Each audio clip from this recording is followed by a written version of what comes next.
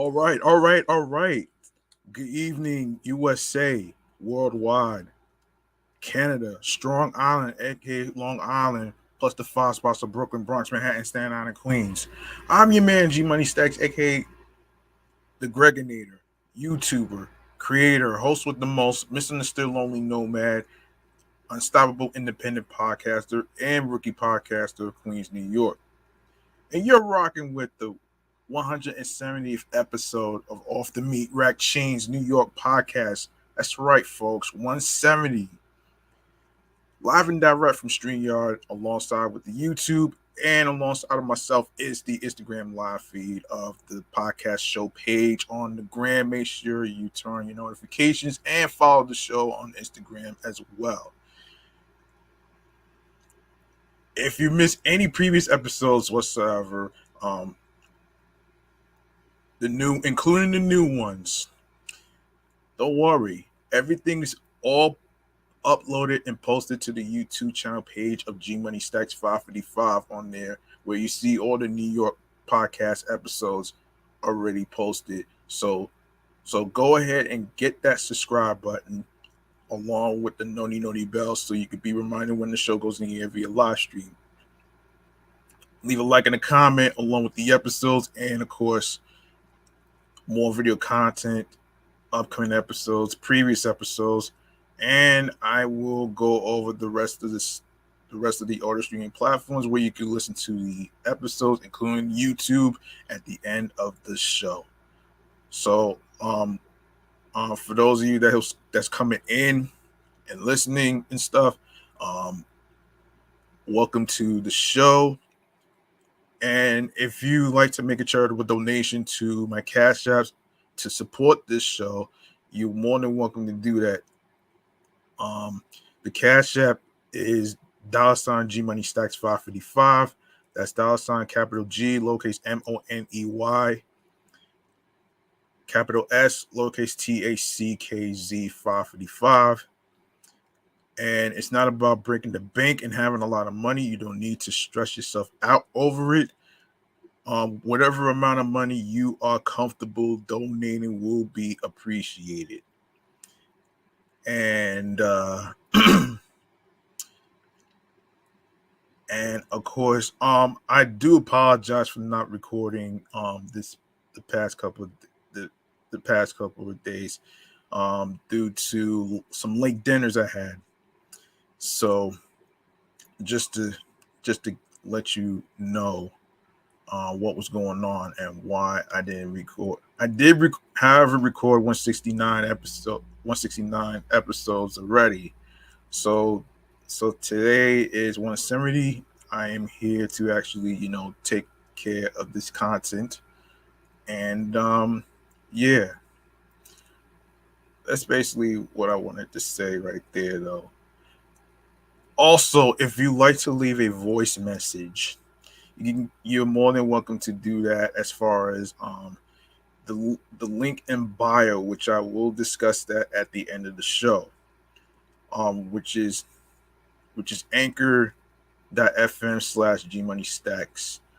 So that way you can get an idea on if you have any questions, any types of thoughts that's going to be discussed in every episode whatsoever, how you feel about it, all that good stuff right there.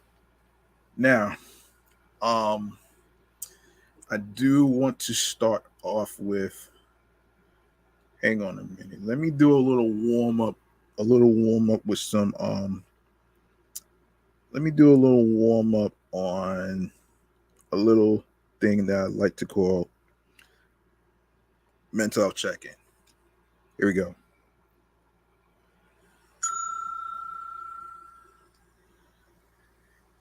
Yes, as far as how I'm doing mentally, physically, and spiritually, although it's been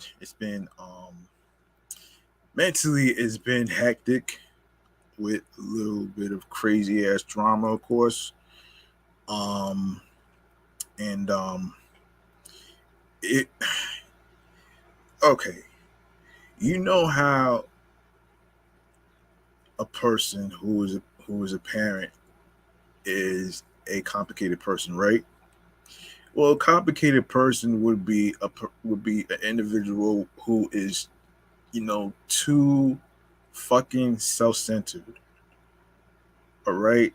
And as far as like, being an authoritarian and stuff like that. So it's been affecting me for for quite some time and over the years and stuff. But you know, the thing is I chose not to get my own place because after my dad passed away 11 years ago, um I didn't want to have the guilt.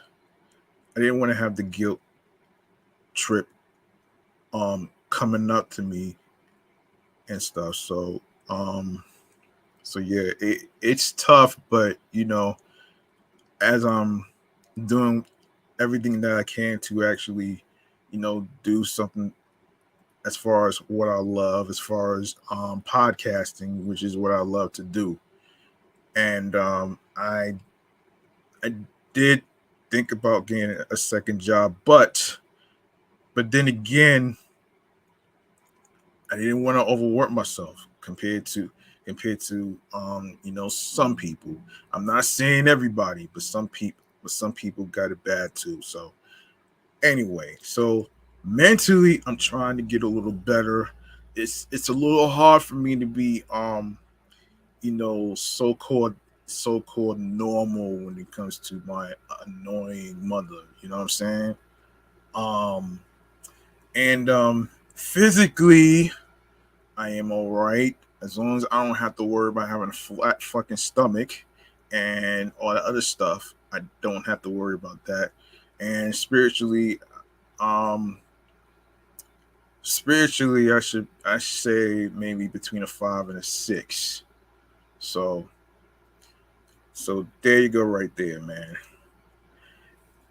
Um, all right.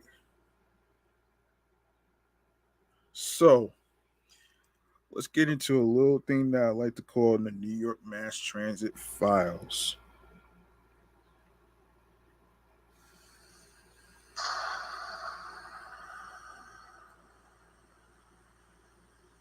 All right. First story in transit news, and this is different from politics, folks. This is different. All right. So, according to amny.com, this is pertain this is pertaining to what's going on behind the scenes of transit. So, one of the most heavily used bike paths in the country, the Hudson River Greenway adjacent to the West Side Highway, is overflowing with cyclists, according to Manhattan Borough President Mark Levine. To solve this 21st century congestion problem, Levine and civic leaders want the state to take away a traffic lane from drivers on the West Side Highway and transform it into a two-way protected bike lane. End quote. It is in a sense a victim of its own success, said Levine during a press conference next to the highway at Chambers Street Tuesday. During peak hours, during the morning commute, the evening commute, and on evenings and weekends, when the weather is nice, it is simply too crowded on the Greenway. The Beat penned a letter to the State Department of Transportation Commissioner Marie Therese Dominguez to study a bike lane on the highway. Unlike most city streets, Albany oversees the road because it's part of the state highway system, officially dubbed West Street or Route 9A. Levine's pitch is based on a previous proposal by local community groups and bike advocates to convert a lane on 4 miles on no, excuse me, of Route 9A into a bike path from Chambers Street to West 57th Street, similar to the switch on the Brooklyn Bridges Broadway former Mayor Bill de Blasio implemented last year. The lane on the bridge led to a boom in new bicycle traffic after years of declining crossings as cyclists had to share a narrow path with pedestrians. End quote. It's been a fabulous success. It has made the Brooklyn Bridge safer and easier, and it's a great example for what's possible on the west side, Levine said. More dedicated space for pedalers would also encourage some drivers to switch to bike lanes, Levine argued, especially as the state plans to charge motorists entering Manhattan's central business district below 60th Street by the end of next year. A project also known as congestion pricing. Congestion pricing um, can't just be about the stick of a fee for drivers. It has to be about the carrot of making another means of transportation easier and safer and more attractive, Levine said.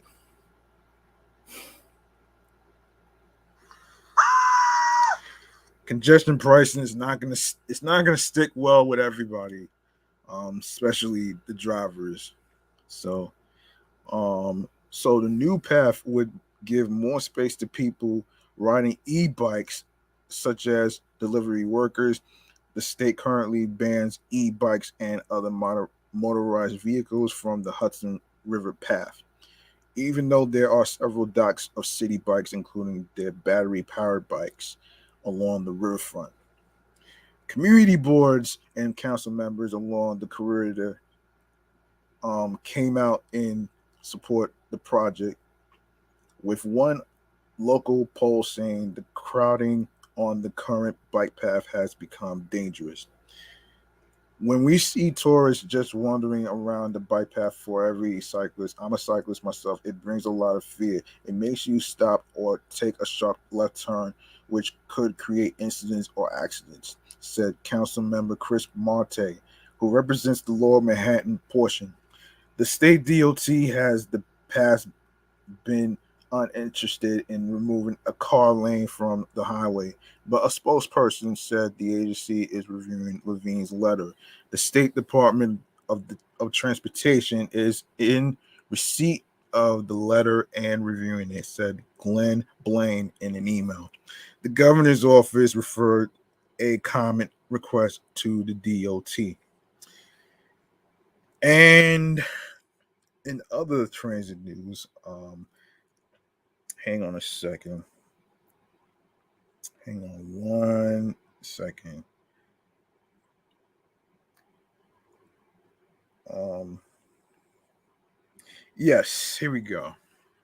In other transit news, well, we have New York State will have to foot the bill for at least $3.25 billion for upgrades in and around Penn Station under Governor Kathy Hochul's plan to funnel real estate proceeds to help fund the project, according to figures released Tuesday.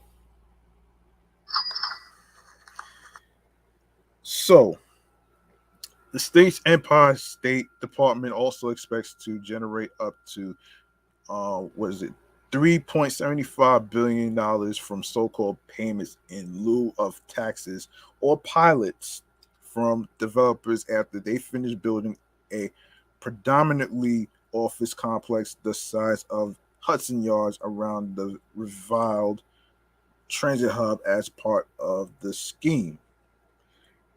ESD finally published a breakdown the dollar amounts Tuesday for several Penn Station projects, months after good government groups and lawmakers had been asking for more specifics, and just a day ahead of a crucial vote on the project in Albany Wednesday. Watchdogs have criticized the scheme for teeing up huge tax breaks for developers like Vornado, a realty trust, whose CEO Stephen Roth is a major political donor of Hochul's, and for a lack of key details around its financing. The preliminary cost sharing lays out how much the state and the pilots will fund for 4 projects, um, including a facelift of the notoriously cramped station, a future expansion of new tracks to the south, upgrades for nearby subway stations, and improvements to the streetscape in the area.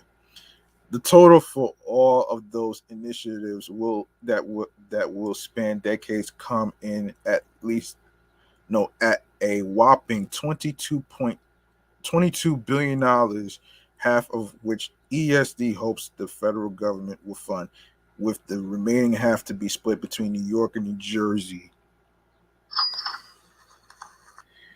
The Empire State's total share is $7 billion. As much as $3.75 billion could come from the pilots, while the remaining $3.25 billion will come from the state.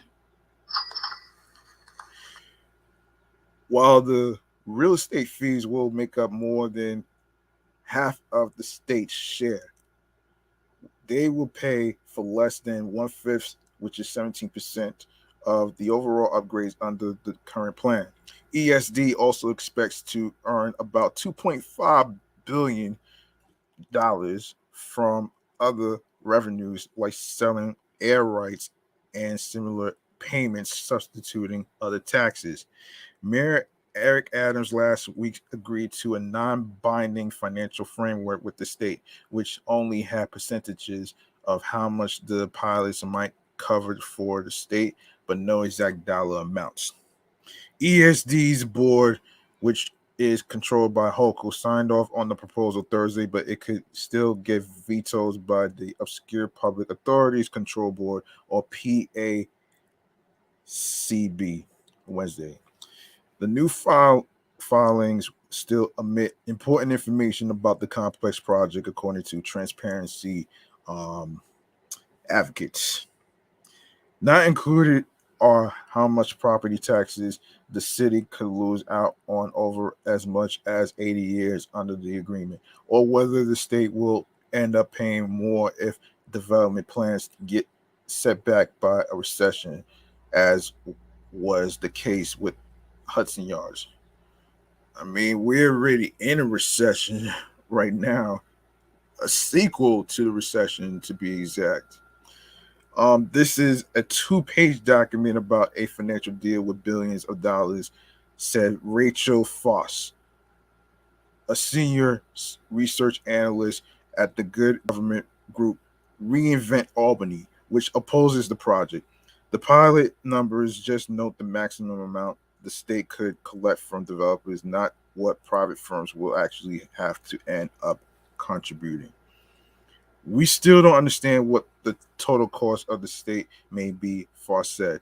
There are many other options that don't involve speculative bonding off of revenues 80 years into the future. Governor Hochul and senior aides have argued that they didn't want to give away more details ahead of negotiations with property owners and the federal government. ESD officials have said that the elaborate scheme had a better shot at securing cash from Uncle Sam than by going through the state's usual budget process. For those of you who may not know what Uncle Sam is, it's basically the IRS. That's what that is. The state's long overdue solution to reconstruct Penn Station and revitalize the surrounding area will benefit millions of commuters, residents, and riders, said ESD spokesperson Matthew Gorton in a statement Tuesday. We are proud of the open public process this project has gone through over the last 2 years, strengthened by the input of civic groups and community members who made their voices heard and helped improve the plan. The time to act is now, and we are eager to move this project ahead. Now, before I even move on to chatting on the jazz, I need to say something in regards to um, the the dollar vans. Now, the dollar vans used to be cheap, and I hate to say this for those who are living in for those that's living in Queens like I am right now, the dollar van for what my mother told me it's like $3. $3. And that's crazy. And I think I'm going to I'm going to get into the breakdown of what the hell is going on with the whole inflation shit and stuff in the next episode. I'm not gonna have time to do it here, so I just want to let the people who live in Queens who's taking the dollar vans, it's like $3 to take. You know what I'm saying? Three freaking dollars. So you know, um, it is what it is, man. You know what I'm saying? Um, all right. Now, I hope you folks out there had a great weekend. I know it's been a little challenging for me. Um, so yeah, so yeah, um, okay. Time for chatting all the jazz, man.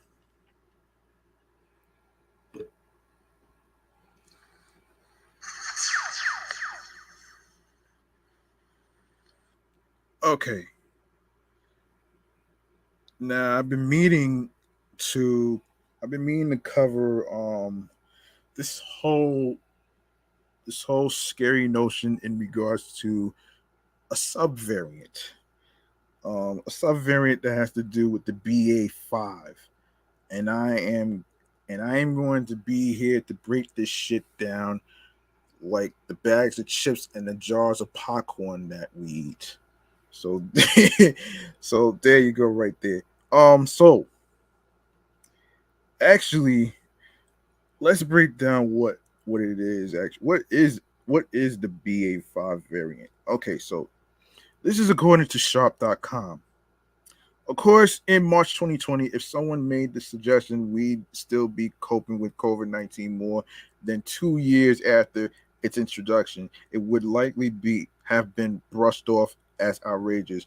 But the arrival of the BA5 um, Omicron subvariant has proven the coronavirus can continue to surprise and affect us.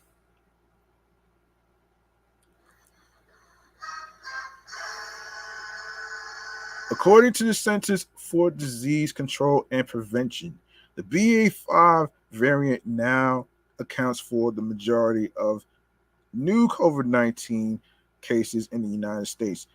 Case numbers continue to rise, with many attributed to reinfections, and hospitalizations have also increased. Due to the local rise in cases, the CDC recently moved San Diego County into its high risk level for COVID 19.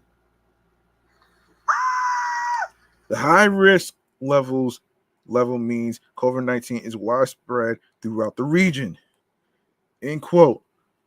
Like most areas of the U.S., we are seeing an increase in cases in San Diego, and that can be expected, of course, because people are enjoying summer gathering and traveling, says Dr.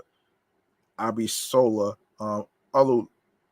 Alulad, a board certified family medicine doctor with Sharp Rees Steely Medical Group.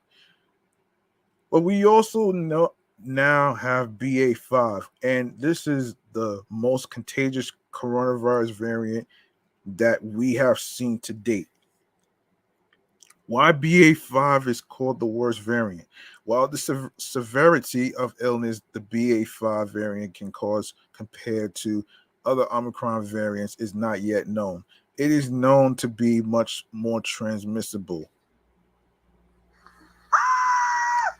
The subvariant is also better able to evade immune responses caused by prior, even recent infection or vaccination. Of course, Dr. Anthony Fauci, director of the National Institute of Allergy and Infectious Diseases, reports that the BA5 variant has what is called a growth advantage over earlier Omicron variants. It substantially evades neutralizing antibodies induced in people by vaccination and infection, he says.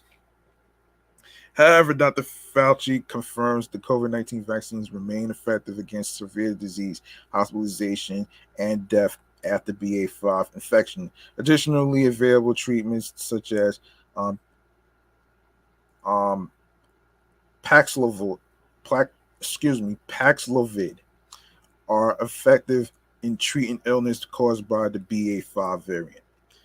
Recommendations in response to BA.5 amid the rapid spread of the BA.5 variants, public health officials remain confident they have the knowledge and tools to decrease the spread of COVID 19 and reduce serious illness caused by COVID 19 complications.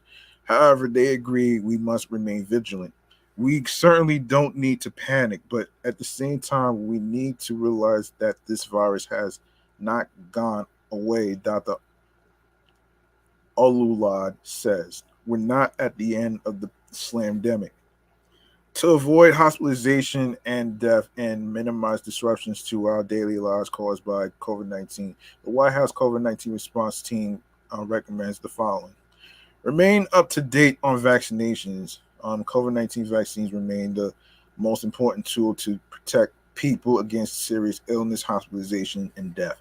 People aged 6 months and older should get vaccinated, and those aged 5 and above should get a booster shot 5 months after completing their initial vaccination series. Individuals aged 50 and older, as well as those with compromised immune systems, should receive a second booster. If you have COVID 19, ask your doctor about available treatments, including Paxlovid. Paxlovid is an oral antiviral medication, can reduce the risk of hospitalization and death by 90%. Monoclonal antibodies given via intravenous infusion are also available and effective. If you have COVID 19 symptoms, you can get tested, be seen by a healthcare provider, and receive treatment all in one place at a test to treat site. Test if you have symptoms or before attending a large indoor gathering or spending time with someone at high risk of severe illness. Consider taking a COVID 19 test. Testing helps to identify if you are infected and also helps prevent spread. Follow CDC isolation guidance if you receive a positive test result. Continue wearing a face mask in certain situations. Wearing a high quality face mask in indoor public spaces and on public transportation can prevent you from getting infected and spreading COVID 19 to others. It's also important to remember COVID 19, especially with the highly contagious BA.5 variant spreading, is transmissible outdoors. Considering Consider wearing a mask at crowded outdoor events or if you'll be in close contact with someone at greater risk of severe COVID 19. And beware of ventilation in indoor spaces, improving ventilation by opening windows and doors and using indoor air purifiers can make a huge difference in reducing COVID 19 infections and spread. Keeping the levels of the virus as low as possible by following these precautions is the best defense against increased infections and the continuation of the slamdemic. Dr. Fauci reports, if a virus is not very robustly replicating and spreading, it gives it less of a chance of a mutation, which gives it less of a chance of the evolving of another variant, he says. Now, hold on a minute here. I know there's more actually. So now to the breakdown of what the BA. Okay. So let me see. Um, all right. In a recent edition of his newsletter, the Scripps Research Institute physician and researcher Eric Topo called the BA.5 subvariant of SARS-CoV-2, the worst version of the virus that we've seen. The Washington Post used the same language in an editorial that soon followed, and earlier this week, the White House announced a strategy for managing BA5, which stretched the subvariant potential to make cases rise in the coming weeks. Why are experts so concerned about the subvariant? For one, hospital admissions are now rising concurrently with BA5 after several months of stable hospitalization rates. Additionally, early evidence suggests the BA5 subvariant has features that make it better at escaping immune systems, even vaccinated ones, than its ancestors. Also concerning slandemic complacency has been rising alongside BA5 vaccine booster uptake has been modest in the US, and more than one fifth of the population has not been vaccinated at all. Many fear that a variant better able to evade immune systems will have a better chance of reaching and harming those who remain unvaccinated.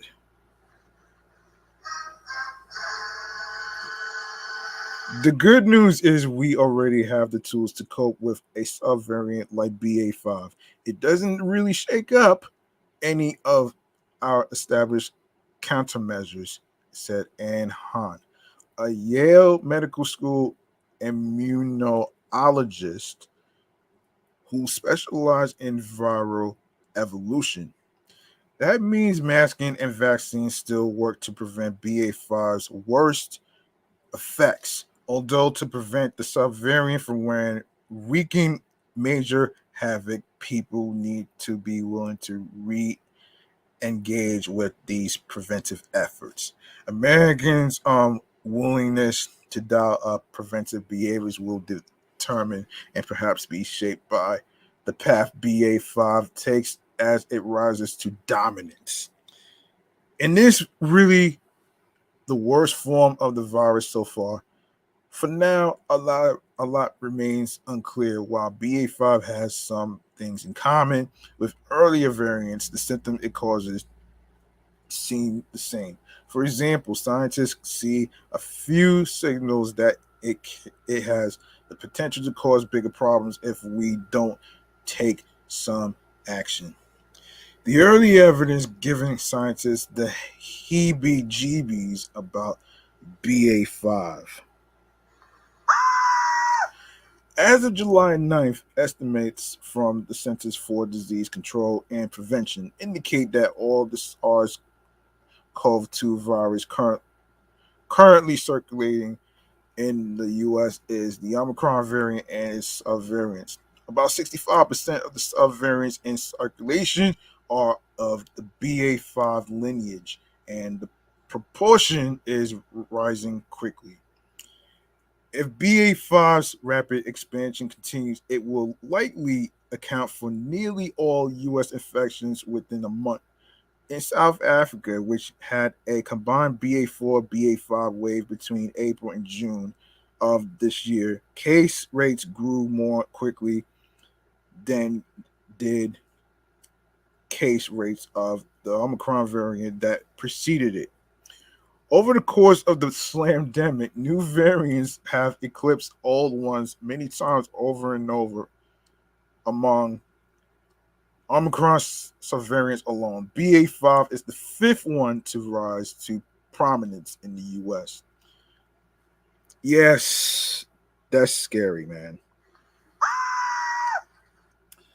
But the first Omicron wave created a massive surge in new cases and hospitalizations, while the subsequent ones did not. BA5's pattern is different and concerning, as the BA4 and BA5 subvariants have become a larger share of the virus in circulation. Case and hospitalization numbers have also begun to rise in the US. And of course, and of course, yeah, this is crazy, man. This is crazy, man. Um, if you want to get a look at this chart right here. You can go to www.vox.com/science and health/2022. This was posted July 15th, which was last month, and you get a better idea on these variants and the percentages and the dates, which is the data, of course. All right, so this trend suggests BA5 has biological advantages that previous Omicron subvariants didn't have, and laboratory data has begun to clarify what those advantages are. A recent publication from researchers at Columbia University suggests BA5's um, genome is genetically pretty different from earlier Omicron subvariants, including the one that stole Christmas last year. Some of the differences are in the virus's spike protein, a key target for COVID-19 vaccines. Scientists are worried that the more the spike protein changes, the less likely our current vaccines will elicit antibodies that can neutralize it. It's possible that this subvariant could lead to more infections than its predecessors, even among vaccinated people. Epidemiological data to support this is in its early stages, but it's likely plausible based on some lab studies.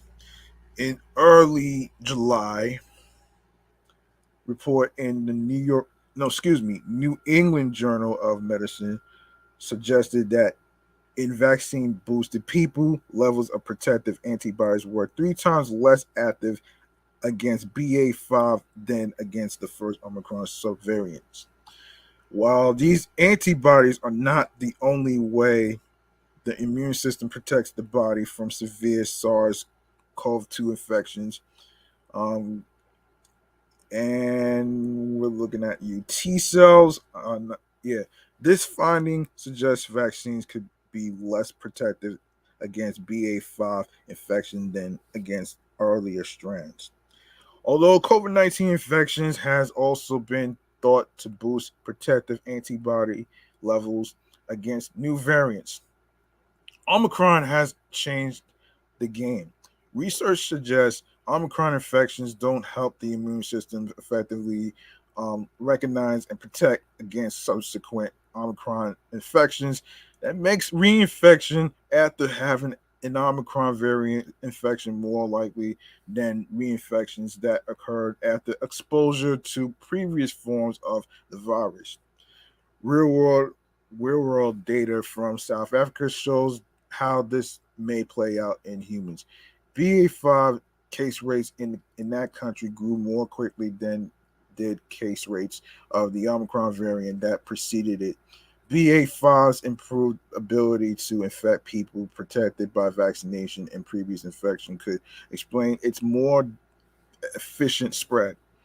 Han noted vaccines and to some degree prior infections still appear to offer good protection against severe disease due to BA5. But there are other unknowns. Several analyses have raised questions about test sensitivity for Omicron subvariants, meaning some diagnostic tests might yield false negatives. There are also open questions about whether monoclonal antibodies so far an effective treatment for previous COVID-19 variants will be as effective against BA5. Overall, it appears BA5 has clear differences to the variants that came before it. And while those differences will likely drive case increases, it's not yet clear how deadly the wave will be. Hospitalizations are up, but severity is not. Charts showing COVID-19 hospital admissions usually display this figure as a single line, but that line belies a lot of complexity. For starters, most patients admitted to the hospital are screened for COVID-19, and if they test positive, they are counted as a COVID admission. Even if they are admitted with a broken hip and are totally asymptomatic for COVID 19. US data still does not make a distinction between so-called incidental, like the broken hip, and non-incidental COVID 19 emissions. Because of that, it's hard to determine if the rise of hospitalizations is due to the virus growing more virulent, excuse me, or if it just means it's spreading widely in a community. During the first Omicron wave, which led to asymptomatic or mild infections in many vaccinated people, some argued that hospitalization figures alone obscure a meaningful number of incidental COVID 19 admissions. Experts sometimes use intensive care admissions and ventilator use trends to in combination with local test positivity data to help understand local COVID 19 trends. Several doctors told me that judging by those criteria that they have not yet seen signs of a severe illness wave, even though US COVID hospitalizations have risen 50% since May. Damn. Aaron Glatt, an infectious disease physician who is also the hospital epidemiologist at Mount Sinai South Nassau in New York, was clear in quote, "We have not seen a surge in critical care admissions," he said. Although COVID 19 hospitalizations have been slowly creeping up across his region, intensive care unit admissions have stayed relatively low and stable. With incidents so high in the community, those critical care admissions and deaths are better predictors of what is really going on in some ways, Glatt said, and those have not changed. Glatt also said he had not noticed any new or unusual symptoms in admitted patients with COVID 19.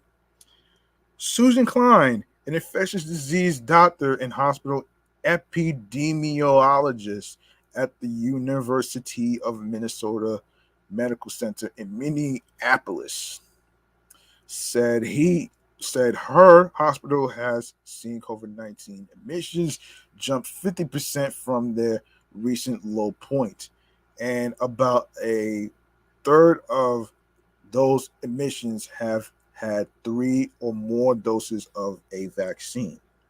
However, she said a fairly high percentage, high percentage of people hospitalized with COVID 19 infections were admitted for reasons completely unrelated. They were only counted as COVID 19 patients because a screening test on admissions was positive. In other words, she senses a large proportion of those COVID admissions were admitted with, but not for COVID 19 infection. Um, so What's more, the patients don't seem to be as sick as in previous waves. In general, the patients are not showing as severe a disease as we saw early on when we were first admitting patients with COVID 19, she said. Even if cases aren't very severe, a new potential big COVID wave is concerning. Even a variant that's merely more transmissible but not more severe is concerning. The more people the virus infects, the greater chances it has to find the people most vulnerable to it. The people that were at the highest risk of previously being hospitalized are going to still be at the highest risk of getting hospitalized with variants, Glatt explained. Um,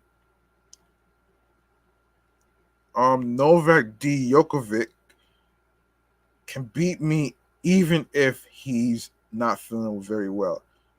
And with any new variant, he says, the people who are sickest, even if they are in the best condition possible, are still going to do worse. Also, hospitalization and death are not the only outcome people want to avoid. Some people with a personal COVID zero policy may be motivated by concerns about long COVID, and mounting data suggests those concerns are not unfounded. A recent publication in the Lancet suggested that about 5% of vaccinated people infected with Omicron variants develop long COVID symptoms, compared with 11% of those infected with the Delta variant, which predominated in mid to late 2021. While a 1 in 20 chance of COVID represents lower odds of the syndrome than in earlier analysis, the risk is more than enough to make many want to avoid any COVID-19 infection, even one that doesn't land them in the hospital. Lessons from countries where BA5 has come and gone are mixed. If there's any reason for optimism, it can be found in countries where cases due to BA5 have already peaked.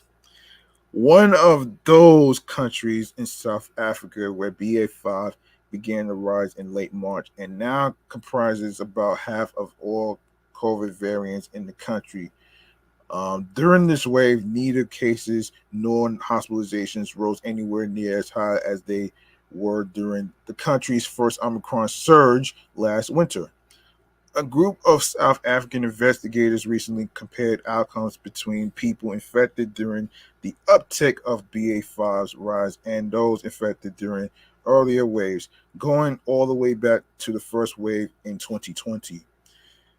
In a publication that has not yet been peer reviewed, the authors explained that the risk of severe illness during the more recent surge was no higher than the risk during the first Omicron surge involving BA1. They also noted that um, that higher levels of community immunity now than at the time of the first Omicron wave were likely protective against severe disease. Hold on a second. Hold on a minute. Let me give a shout out to somebody that just started watching this. Shout out to B Live, aka In the Loop Films, for watching this right there. I see you. And let me see. Where did I leave off? Where are they? Oh yeah. Wait a second. 2020. Yes, in a publication that has not yet been peer reviewed, the authors explained that the risk of severe illness during the more recent surge was no higher than the risk during the first Omicron stage. All right, I already read that one already. I think I did. I read that part. Um, they also noted that higher levels of the community immunity now than at the time of the first Omicron wave were likely protective against severe disease. But the experience of other countries muddies the picture. Portugal also had a surge of cases accompanying a rising proportion of BA5 beginning in early May, but had a different experience than South Africa's hospitalizations. In Portugal came much closer to the levels they reached during the nation's first Omicron wave, and its death rate has been 3 to 10 times higher than South Africa's over the last few months. Yeah, I know what you're thinking. It is scary, right? Yes, it is. It is scary. I'm not even gonna really. I don't usually do this, man. Hey, what up, B Live? Hold on a minute here. Hold on a minute, folks. Let me just turn up the volume here. Hold on a minute.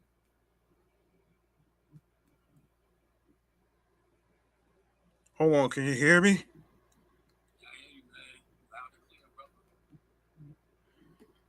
Yeah, how you feeling? How you feeling mentally, physically, and spiritually, man?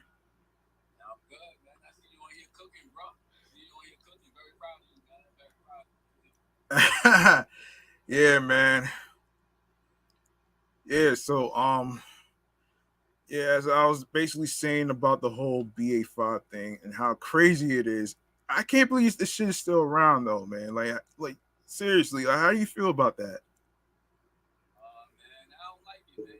Honestly. And I'm gonna tell you why, man. Because I caught it twice, right? Huh? I caught COVID twice, man. Really? So the first time I caught it, I was real sick. Remember, because we were still doing the show together and I had to cancel. You gave me a shout out, but I was very sick. But then I caught it again over the summer, and it wasn't as bad because I was vaccinated. I probably got sick like half a day. You are correct, man. This stuff is crazy, brother. Protect yourself. It's not over, dude. Still in it. Yeah, but a lot of people are acting like this slam-demic is over. It's not over. Like you even have the fucking Omicron shit that's been going on and shit though, man. Like I'm not even gonna hold you. We're just pretty nuts right now. Sorry, sorry, sorry. It definitely is, man. Have you ever got COVID or no? I barely go out, son. Barely. The only place I go to is work. That's it. Mm, that's good. But you were an essential worker, right? Huh? You were an essential worker, so you worked about the pandemic, right? Yeah, I work at Big Lots Supermarket as a matter of fact. You guys weren't closed down during the pandemic, were you? Nah, what it is it's not. Nah, we didn't really close down though. I mean, Oh, you closed that down? Sorry. My bad. essential workers who sell food and beverages don't really close down. Ah, yeah. Yeah, so you worked it. That's good, though. That's beautiful, man.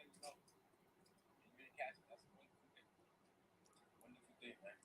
So, yeah, what's this next topic, brother? What you talking about, man? Let's get into it. Yeah, I was just about to. Man, hold on. I was just about to. Hold on. I had enough of the BA5 shit though, man. I'm about to go on to the next one, man. If you're still sticking around and shit. So, for those of you that's listening right now, man, that's the homie B Live right there, the livest, aka the In the Loop Films guy and stuff, and also a podcast like myself whatsoever though, man. Make sure you follow him on YouTube, and alongside, make sure you listen to his podcast, In the Loop Podcast, by the way, though, man. You know what I'm saying? So there you go, right there, man. Um, yo, hold on. Yeah, I got some serious shit, serious stories and funny stories to get into. So let's get into um. Now this is, I don't know if you heard about the crazy ruling about the whole gun control shit though, man. So might as well get into it, right? All right. According to USA Today, in one of the most consequential rulings on gun control in hold on in a decade, um, the Supreme Court, the Supreme Court actually, let's just say they made a dumb decision. Like y'all thought, and I said this before, y'all really thought that Roe versus Wade is bad. So is gun control. You know what I'm saying? Like this, like yo, seriously, like that's crazy to me, That's what man. they said. They ruled that the ARs, right? They outlawed the AR assault rifles, right? Um, there's more to the story. There's more to the story. Um, I'm gonna get there. Yeah, Supreme Court struck down a New York law Thursday requiring state residents to have proper cause to carry a handgun. Supporters of the Second Amendment have lauded the decision, while Hold on. Give me a couple minutes, okay? I'm sorry, too much. while gun control advocates say it jeopardizes public health. Um, now unconstitutional law, part of a larger array of New York gun restrictions, highlighted as some of the toughest. in the nation mandated that those applying to carrying a concealed handgun provide a reason why they need the weapon, which officials then approve or deny. I got a lot to rant and rave about this right there, but let me just get through this story right there. So, New York Governor Kathy Hochul swiftly denounced the ruling, saying the Supreme Court recklessly, which they did, struck down the law at a moment of national reckoning on gun violence. The case has been closely watched in New York, coming on the heels of a mass shooting of a Buffalo supermarket in May, where an 18-year-old killed 10 people and injured three others in what authorities called a racially motivating killing. Less than 2 weeks later, the attack was followed by a shooting at an elementary school in Uvalde, Texas, which I probably discussed that already, which left 19 children and two adults dead. Amid the outcry, the U.S. Senate passed a new gun control package Thursday, the first significant federal firearms legislation in 3 decades. Okay, Scott Pulaski, an avid gun rights supporter from Alton, Illinois, has owned and operated Piazza Armory, a gun store and shooting range, for over a decade. For him, and ruling gives individuals the opportunity to defend themselves when faced with a threat. Individuals are their own first responders. They are the ones that are responsible for their own protection first and foremost, Pulaski said. It is not always an option to wait on the phone when 911 response times are several minutes and there's a bad guy in your house or there's a bad guy attacking you on the street. The ruling reinforces the American ideal of individual choice, Pulaski said. The idea of the state being allowed to arbitrarily decide the rights of others finally being stripped down is a great thing for the restoration of rights, he said. He added, I don't think I don't think I agree with this. Um, but some fear the ruling will further endanger and marginalize communities. Omar Gonzalez Pagan counsel, hang on a minute.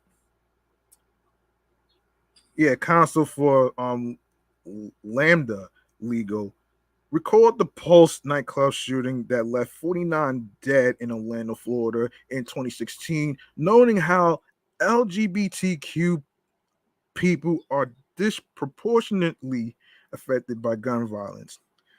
We know that our community is not safe so long as we cannot regulate and address the issue of gun violence in our country and do not permit lawful, reasonable regulations on who may carry firearms in public, Gonzalez Pagan told USA Today.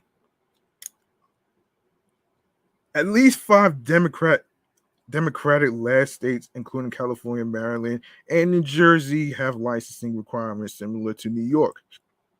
Together, those states represent about a quarter of the nation's population.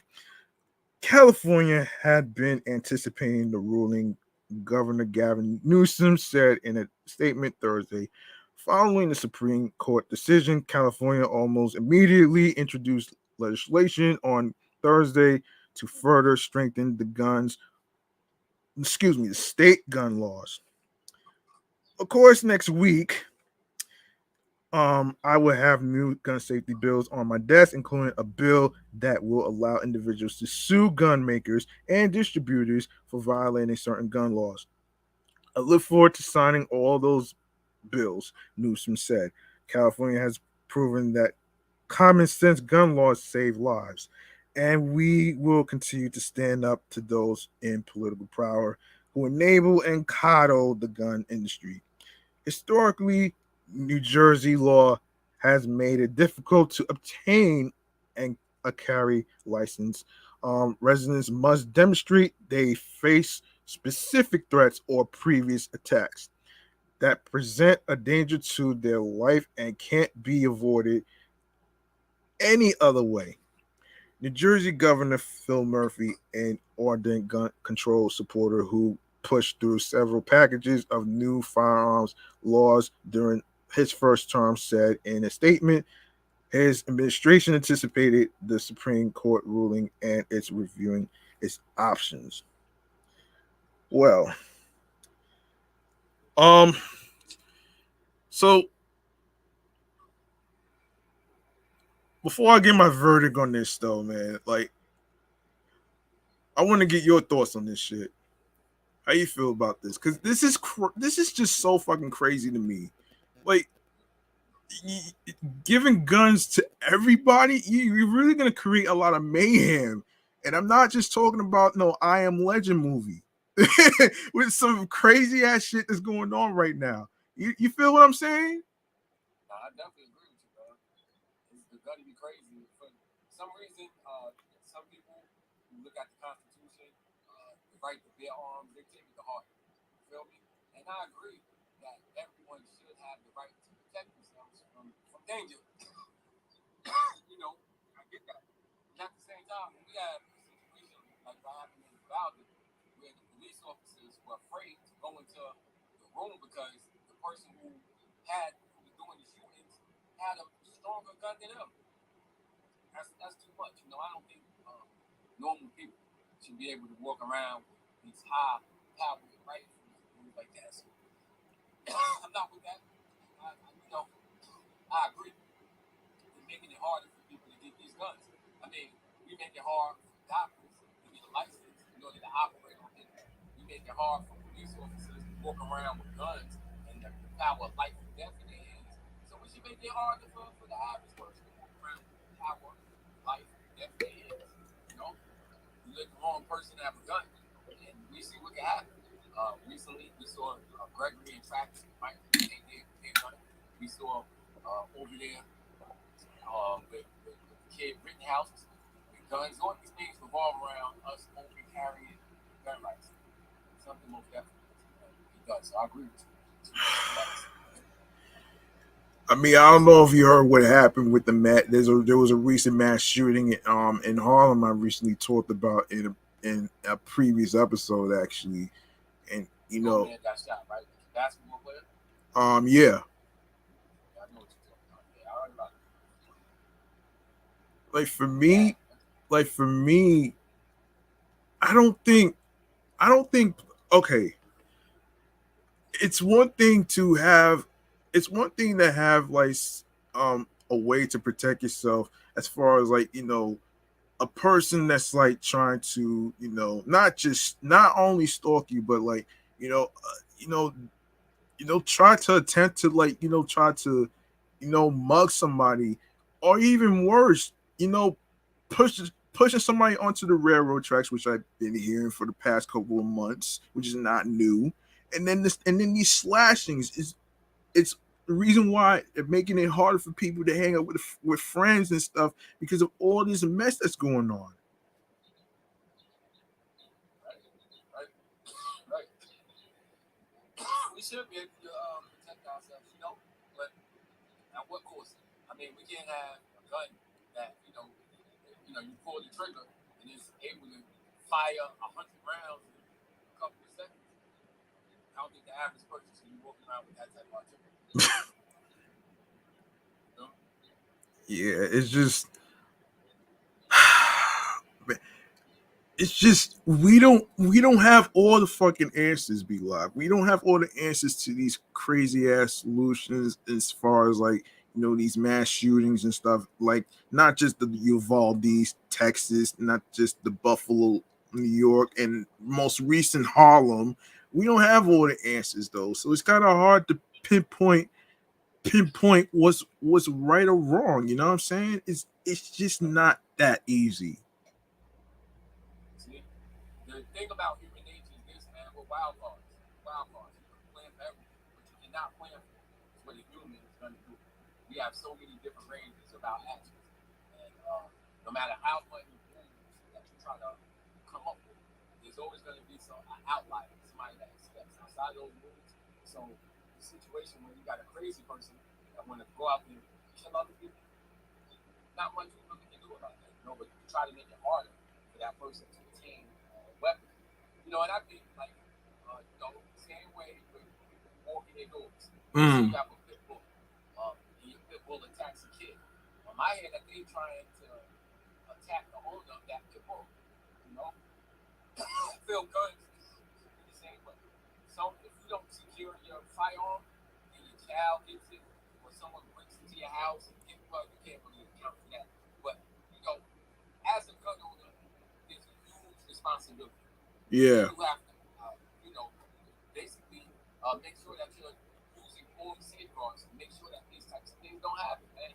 Yeah. Because one death is too many. One death is too many.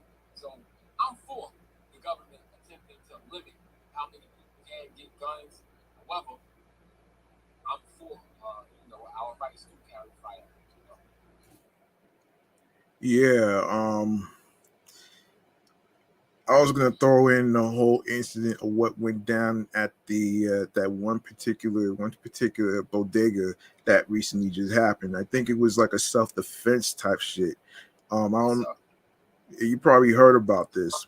I didn't get a chance to talk about that, but the,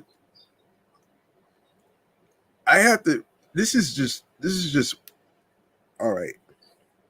I know people probably gonna hate me for this shit, but I'm just gonna go ahead and say it anyway, man. Yourself, baby. Putting guns in a lot of people's hands is not the fucking answer, okay? That's not gonna solve all these fucking problems. It's like the NRA is the blame already. We know that the NRA is the blame. So it's just I just it just aggravates me for me to hear stuff like this all the time though. And back to that bodega incident where the owner was trying to defend his store. He shouldn't have to go to prison for that shit though, man. That's some whack ass corny ass shit though, man. To actually try to charge a store owner of a bodega in the Bronx, by the way, out of all places, he shouldn't be in prison for that shit. That was self defense. Right. Definitely look like something that's to me. Definitely look like something that's to me. You know? And I guess we got to trust in the courts. Let the system do its job, right? That's what they say. You mean mankind is doing his job? People in Right, mankind is fucking everything up though, man. right, right. But we uphold the system. We definitely attempt to uphold the system. So it's up to us to hold these people to their jobs. It's Mm-hmm. up to us. Man, I don't know. I don't even know. Because unfortunately, we can't save everybody. Not everybody could be peacemakers. The same way not everybody could de escalate a fight. Right, right. I agree. I agree 100%. You understand it. Right. What's the next topic, baby? All right. I got you, man. I got you. I'm out the I have the list right here though. I have the list. Yeah. Yeah, I wanna let's lighten things up, Hill. I wanna lighten shit up. Cause I don't want this to be a sad episode for all the folks that's listening. So, just We talk about topics, man. We talk about COVID. We talk about school shootings, mass shootings. Yeah, we definitely need an easier topic right now. okay. I don't know if you are a fan of fucking Crocs. I'm not a fan of Crocs because they look pretty horrible right now. Like, um, there was a picture. Like, I saw a picture of these Crocs that had high heels and shit like that, and I'm like in my head, these are like the ugliest, ridiculous, fucking bullshit ideas that I ever seen in my whole entire life. Worse than the Balenciaga ugly ass homeless sneakers that I seen. I don't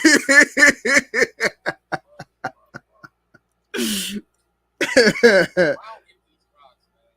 Yo, we from a different time in New York. We from a time in New York where people rock Timberlands on the damn beach. You feel me? Like, still to this day, you'll never catch me in no damn Crocs. I don't get it. There used to be funny people walking around in them damn showers in college. Because I remember the cats from Maryland. Yeah. Come on. You know people in Maryland? Yeah. Remember in the Gibson area? They used to always rock the little shower shoes. And then they had their socks rolled up to their ankles. And to us, we used to call them Bama's for doing that. Now, I see cats in New York walk around in Crocs. They got the pins that you put on hats inside the Crocs. I'm like, yo, what is this, son? Wait. Hold on. Did you just say people put hats in Crocs? Where did you see this shit? You know when you win the pin? You know when you win the World Series? You get a pin for your hat in baseball? Some pins from the hats and put them in their Crocs, son. I think somebody walking around with the 1998 Mets. 1998. Oh man. Oh man, you know, back when we used to go to school, remember the backpacks, the JanSports? Yeah. Yo, we used to see how, like you know, the joints where you unzip the zippers and you know the tie joints. Yeah. We used to take them joints off and put them on our backpacks. So you would hit up a store, you know, take off all the joints and then put them on yours. You'll walk around with like 30, 40 joints on the back of your JanSport. You feel me? Oh, JanSport strings. You talking about JanSport strings? Yeah, remember them joints and backpacks? Yeah. It seems like that's what people doing with their Crocs now. You know what I mean? One had a Hubble supposed to buy with a pin on his damn Crocs. I'm like, what the fuck? I mean, I'm sorry, I'm cursing. I'm like, what is this, man? What's going on here? You'll never catch me rocking those damn Crocs, man. Yeah. Speaking of ugly Crocs, man, this is where this story gets a little crazy right here, man. All right, so this is according to Vogue.com. Every weekend I walk to the same coffee shop and get the same iced oat latte. For my morning stroll, I usually throw on whatever shirt and shorts are laying around and finish it off with my comfy new Crocs sandals. Three times, 3 times this week alone, I've gotten compliments on rubbery shoes from strangers. Wait, those are Crocs? Asked one cool Gen Zer after I revealed their identity. Really? Dubbed the crushed sandal. Crocs' new platform sandal for him and her debuted earlier this summer, and the shoes are continuing to sell out online. I see why they're chunky like their signature clogs, yet a little more streamlined thanks to the aerodynamic double strap silhouette.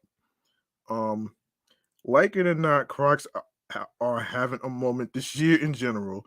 The humble rubber clogs have been all over, actually, all the rage thanks to Crocs' buzzy new collaborations with labels like Balenciaga.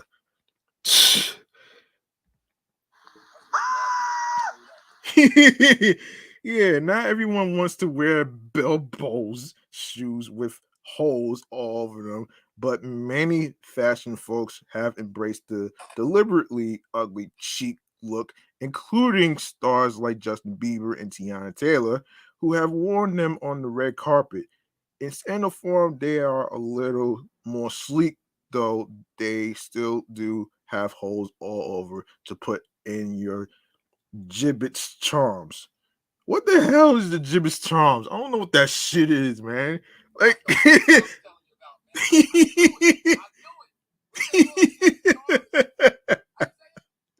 yeah. Oh man.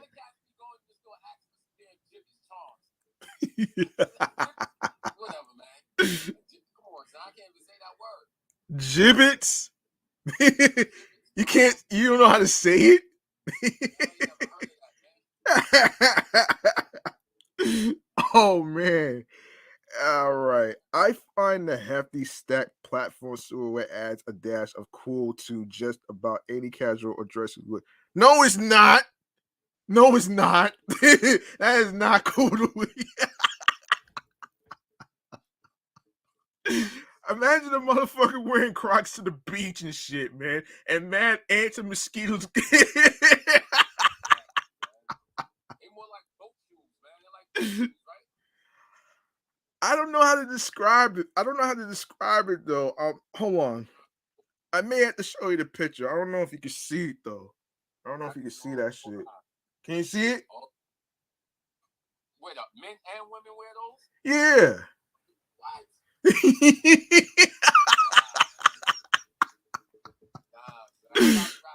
Them shits are so fucking ugly, man. Oh no, no, no, no, no, no. Don't even get me started with the Yeezys. They are the ugliest shits. They got the ugliest shits ever, man. They even got the fucking bubble joint sneakers, man.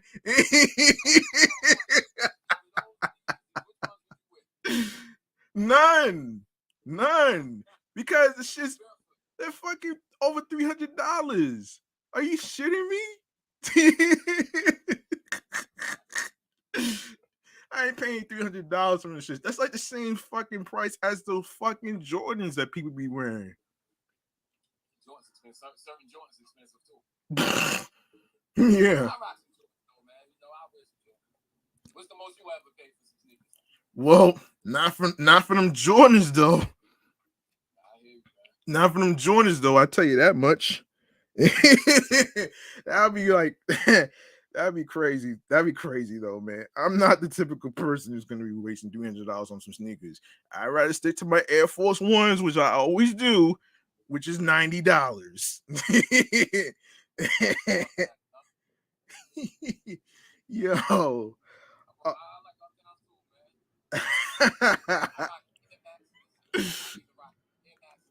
Yeah. I like the Air Max. That's pretty much that.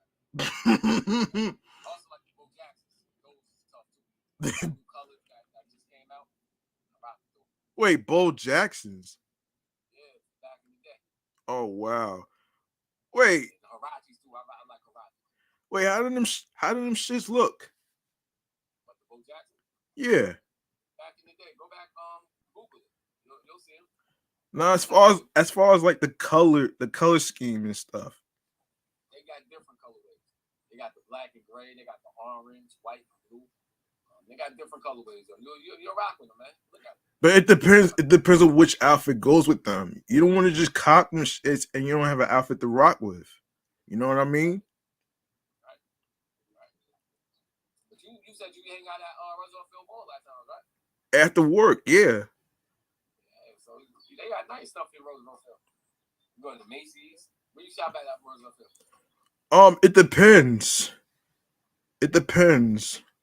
Like it could be Foot Action. It could be like it could be Forever 21, Foot Locker in case they got some lit hoodies and shit. It depends. Cause I'm a simple shopper compared to some people who take mad long, like 2 hours to pick a joint. Not to mention,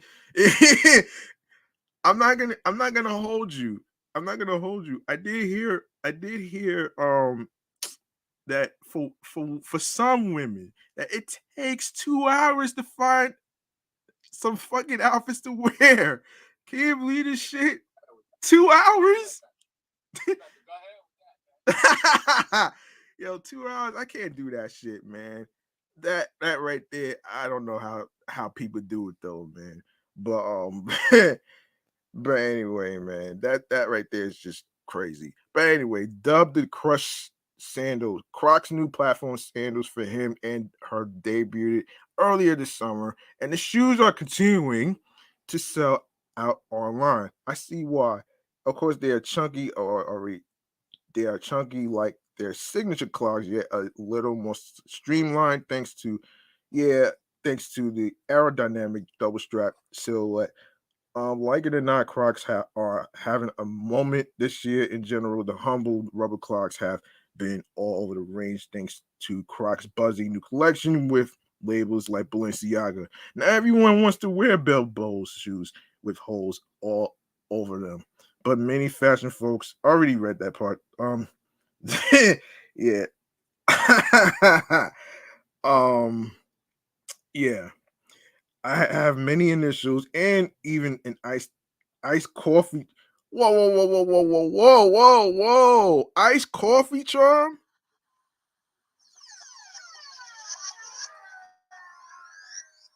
Who the hell thought about an iced coffee charm? You can't carry coffee with a cup on there. You can't. You cannot be serious, man. I can't. I can't, man. I can't. Yo, you all right, man? You coughing a lot. Nah, man. I think no, I'm just coming off the COVID thing, man. I think I got a long term thing, man. Oh No, no. I drink a little bit more water, man. I'm good. But you also need electrolytes too, man. It's you I mess need with Pedialyte, man. huh? I mess with Pedialyte. You mess with that stuff? What is that? Pedialyte. For dehydration, brother. Well, I never I never heard of it though. I don't think my job has that though, man. But the only thing I be getting lately is that Gatorade, man. Gatorade ain't no joke, man. Gatorade good.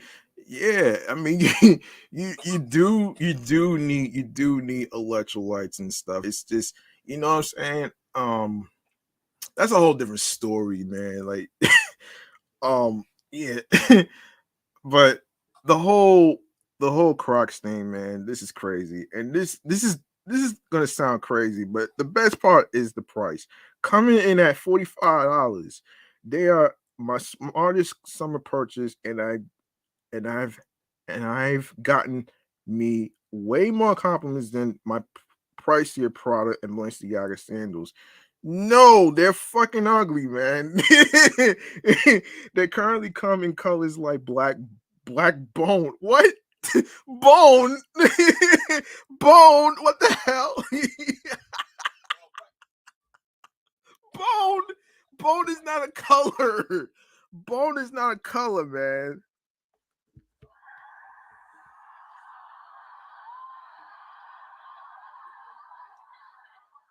Yeah, bone is not a color, man. I don't know why would anybody say that bone is a color when it's already inside of us, skeleton bones.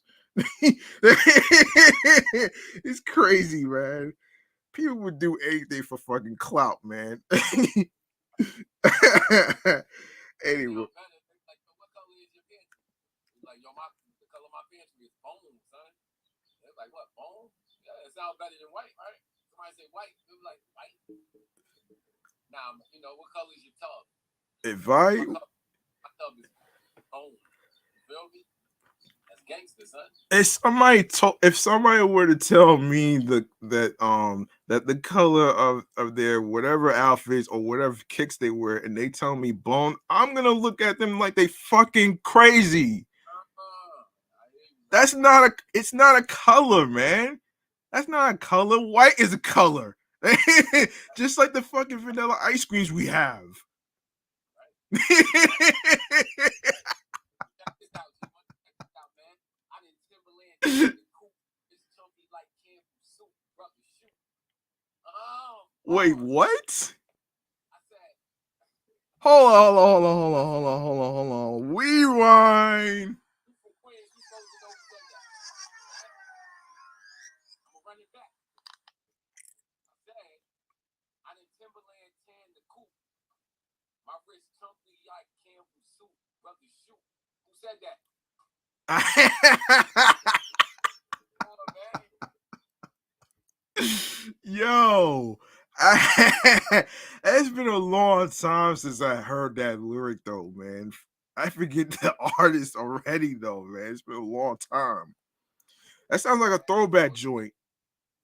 Lloyd Banks, man. You know what I mean? Yeah, he you Southside Spidey. Yeah, you know he has a recent album that's out right now.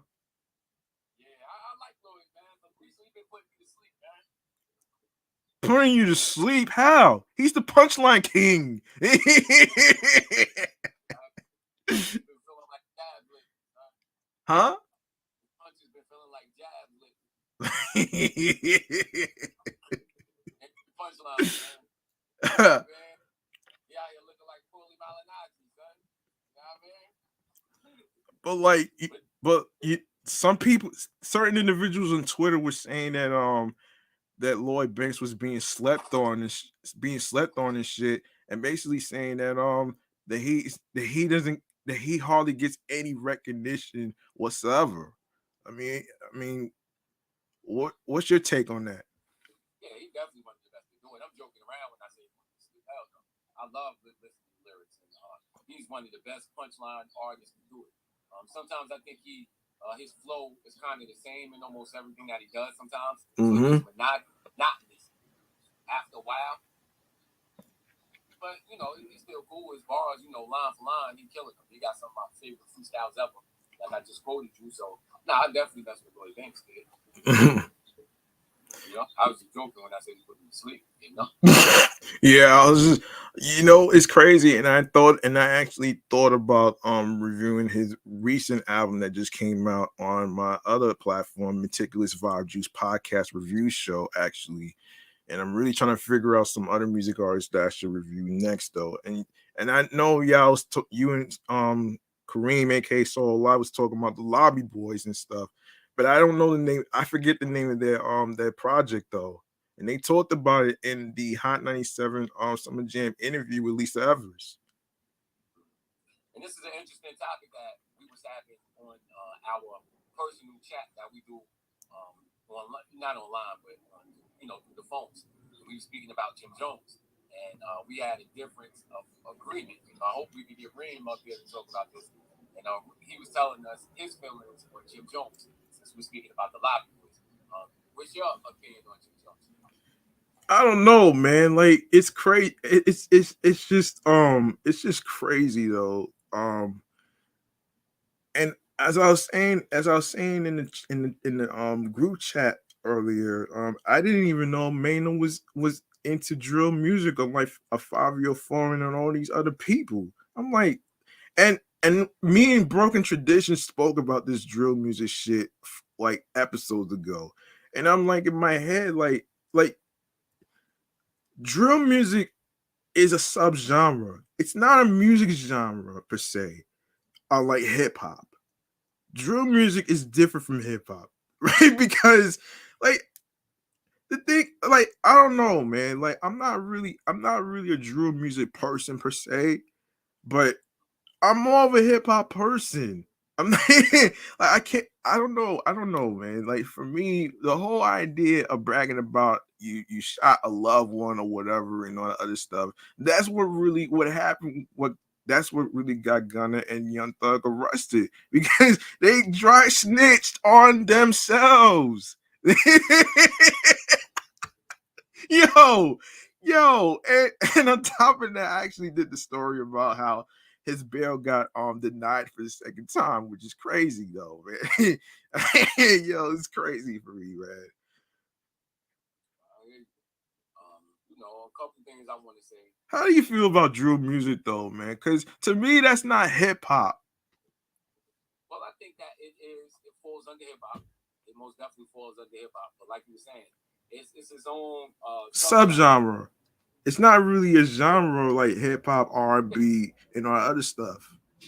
Yeah, it falls. I think it falls under it, just like conscious rap is a subgenre of hip hop. You got hardcore rap. You got gangster rap. Real music is something that evolved out of the culture. Yeah. But looking at it from a standpoint of musically, and you can see where it came from. Yeah. Heavy on the bass, heavy on the beats and stuff like that. Doom, doom, doom, boom, boom, boom, boom. Like you know what I mean? Historically, you can trace its evolution. So it is hip hop. You know what I mean? It is a part of the music. But if we're talking about what they're speaking about, I think that it's just basically a product of where we are living right now. So one of the things we hear people say is that rappers are dying more now than they were dying in the past. I could think that now anybody could be a rapper. Me, with my cell phone, I could be a rapper. And I could just grab my cell phone, rap, show me and my people on the block, and I'll be a rapper. Now I'm just a regular person on the street. If I get killed, now it's gonna be a rapper got killed. No, I'm just a regular guy. Yeah. Back in those people didn't have no record deal, so you never heard of these people. But they were dying. If we just look at the sheer statistics, in the late 80s and early 90s, you can look at almost any major city, aside from maybe Chicago, but you look at Los Angeles, you look at New York, you look at Milwaukee, you look at any of these major cities. They had much more murder in the late 80s and early 90s. So you tell me that more rappers were dying back then. I just think that more people have an eye now, so it looks like more people are dying. But they're not out there actually dying. Yeah. You know what I'm saying? And I feel like what was we talking about, man? What's the original topic? I get my thing. Yeah. My shit. Yeah, I know what you mean, man. I was just about to get into the whole 50 Cent shit though, man. And he is in a new movie. It's a social media movie called Skill House. I don't know if you heard about this, but yeah. And this is according to Vibe.com, by the way. So Curtis 50 Cent Jackson is back again with another Hollywood venture. This time on the movie and television front. Fifth will be joining the ensemble cast for Skill House. According to Deadline, the Get Rich or Die Trying rapper is set to star in the horror movie, which is based on influencer and social media culture. It's pretty different from the Social Network and other and that Instagram movie I didn't really care for. Jackson will also join the project as a producer under his G Unit banner alongside Ryan Kavanaugh's Proxima Media. Josh Stolberg, who is known for his work on Spiral and Jigsaw, will serve as a writer and director for the film. Skill House will follow social media and influencer culture and what those new to the sphere are willing to do to attain fame. Another fucking clout, man. Leave that to the fucking Migos, man.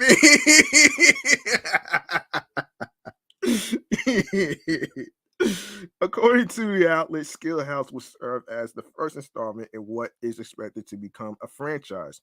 The film is currently shooting on site in Los Angeles at the TikTok influencer house called the Sway House. Okay.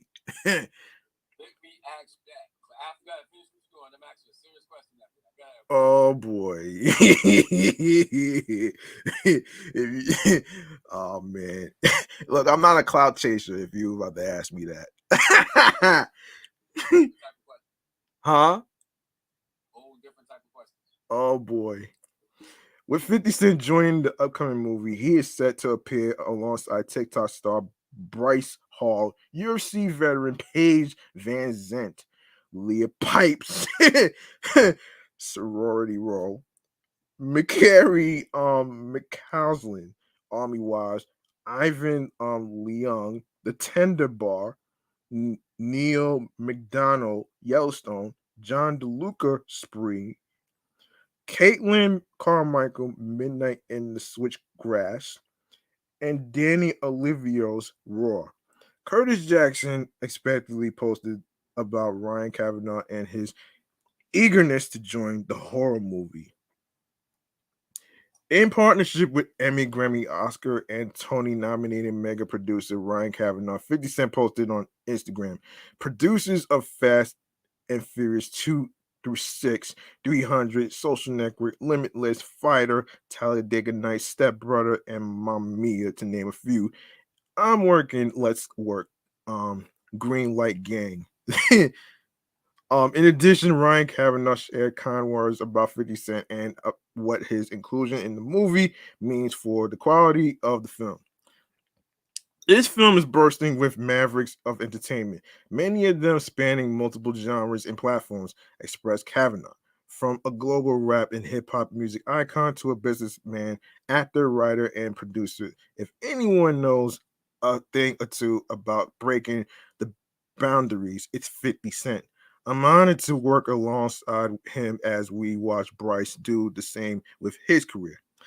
Elsewhere, in Hollywood, 50 Cent is busy at work with a slate of films on the horizon. Fans of the multi hyphenate will be able to catch him in upcoming films such as The Expendables 4 and Den of Thieves 2 Pantera. Okay. All right, what were you about to ask me? All right. So first of all, I knew what I was talking about. We was talking about Jim Jones, and yeah, I think that Jim Jones is kind of getting better as a rapper.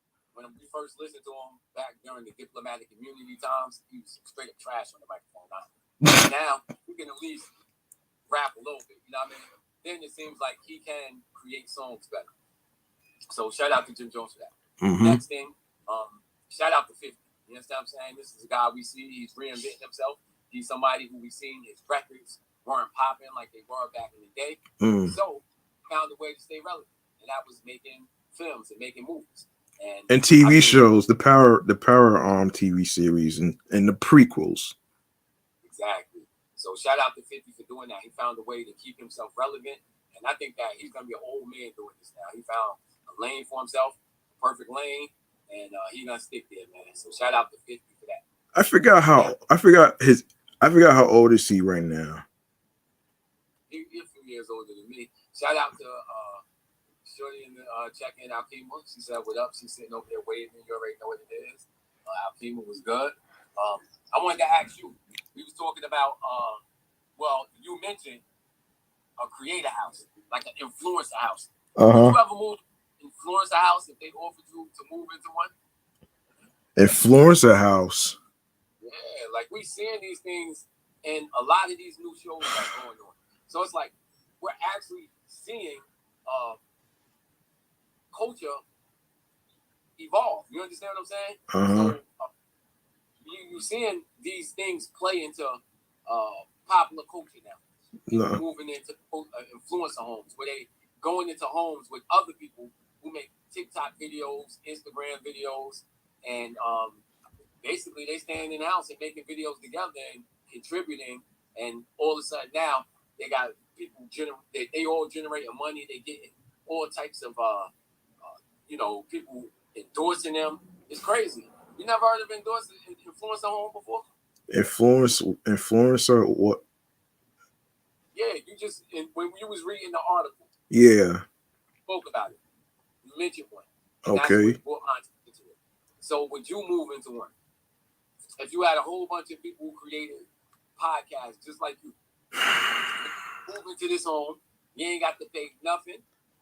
We give you the best of equipment, everything. All you got to do is focus on making your podcast better. Would you do that? I don't know, man. Like, you gotta be careful. You gotta be careful with these type of people who's doing stuff that's like too good to be true. And what I mean too good to be true, like I stress more about these ridiculous scammers who's making a living out of all people, out of their hard-earned money and stuff. But for me, see, I think people who make podcast shows, they automatically think that you have to they make it seem like that is mandatory to be in a studio, when recording studios, like me you talked about months ago, that is so fucking expensive. You know what I'm saying? And that's why you see people who record from their homes, and I'm doing it from my room and stuff because I wanted to break the ice that that you don't necessarily need a fucking you don't necessarily need a fancy camera and a fucking fancy studio to be all professional, because you don't want to be wasting you don't want to be wasting money on certain individuals like producers and engineers who don't want to understand your vision. You know what I'm saying? And that's why I have a laptop that has a webcam alongside with some headphones and alongside with this trusty microphone that I have right here. It's all about keeping shit simple, Be Live, not being over the top. That's why I'm not a TikTok person, because number one, like the notion about being famous so badly and all that other stuff is just, for me. For me, I care about my integrity, and I care about my integrity and my image and stuff. Like I don't want to be known as a famous person. I want to be known as um a person who is on his grind podcasting, which is my career. You get what I'm saying?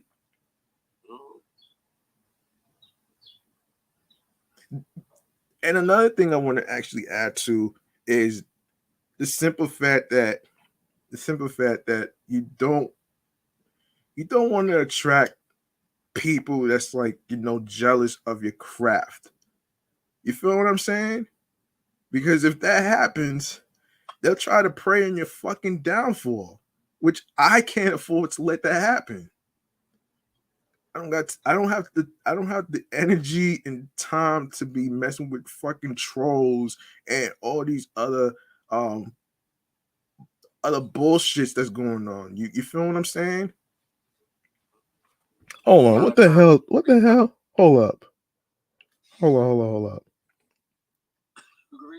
Hold on. Wait a minute. LO what? Wait, hold on. LOL underscore speaks differently now. It says it's like cooperative gaming, individuals getting to benefit, cut expenses, and gain exposure and access. It's the same concept, just in the TikTok realm. It's respectful. It's still a grind. I get it, but I'm not looking for clout, man. You know what I'm saying? I'm not looking for fucking clout. Cause if I was looking for clout to be to be having a buzz or whatever, because you gotta know that a buzz and fame doesn't last forever. You know what I'm saying?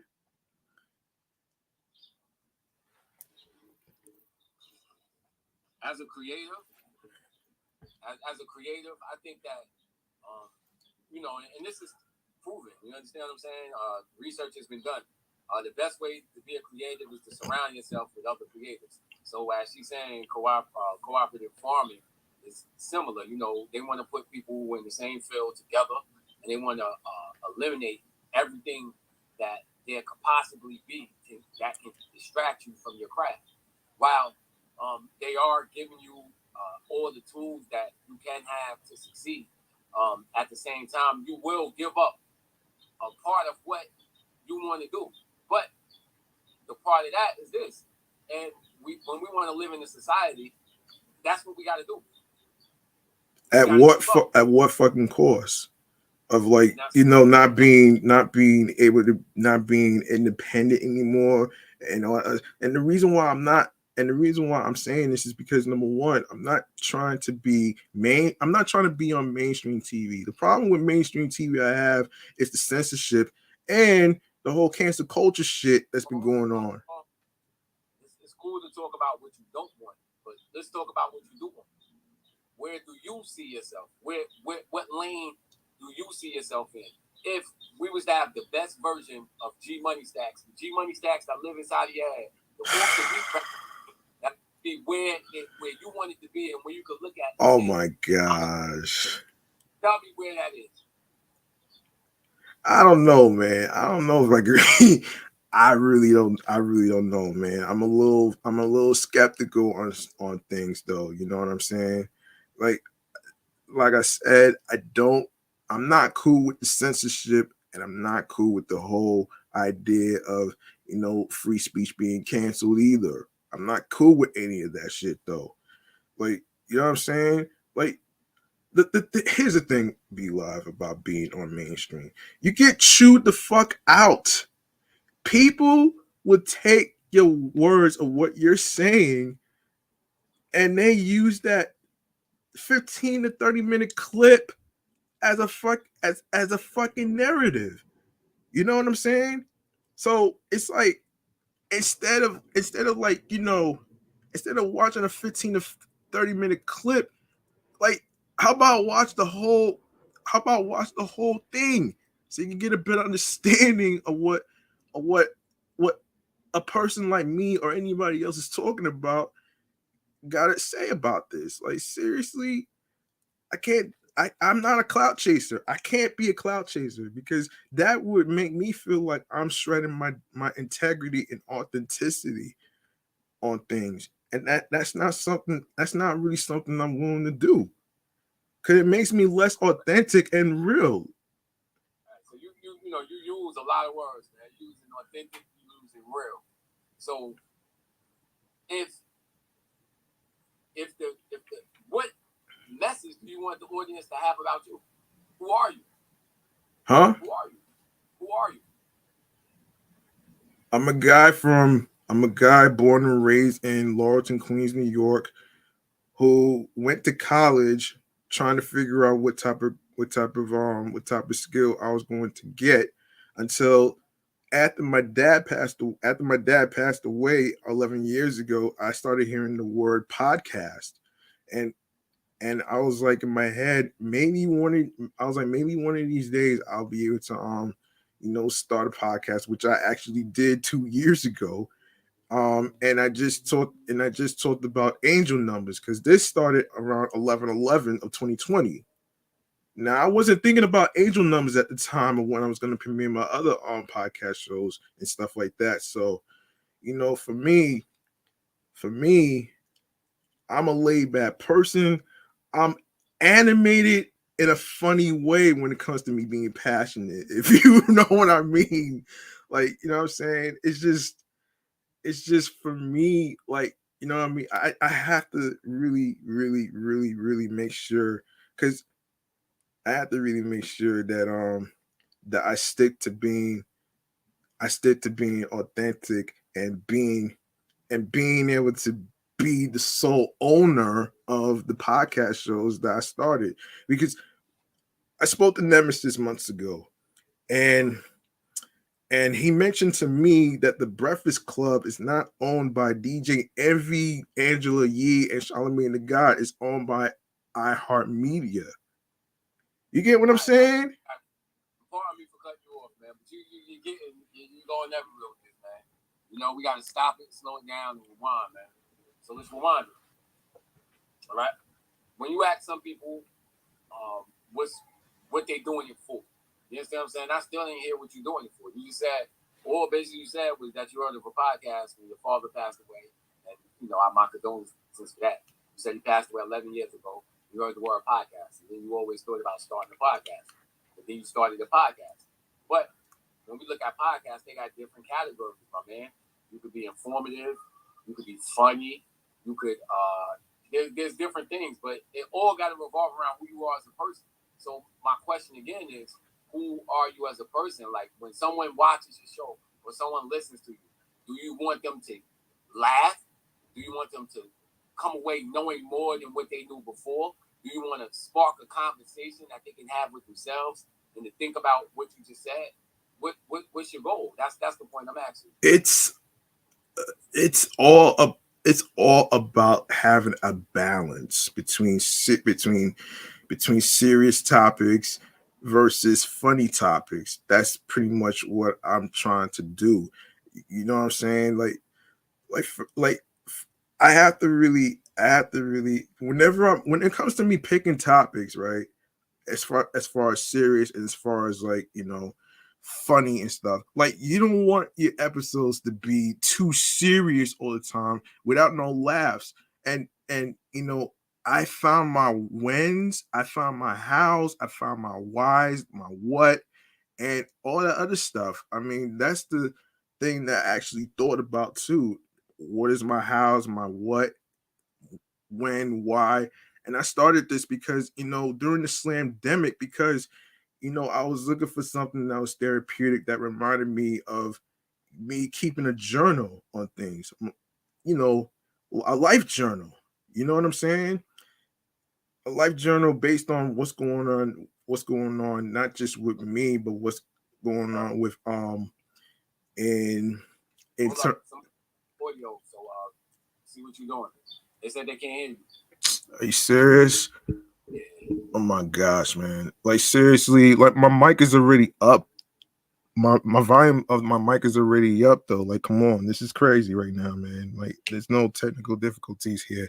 Anyway, as I was saying, man, I was trying to Anyway, as I was trying to explain here is um I started this because I was looking for something that was very therapeutic.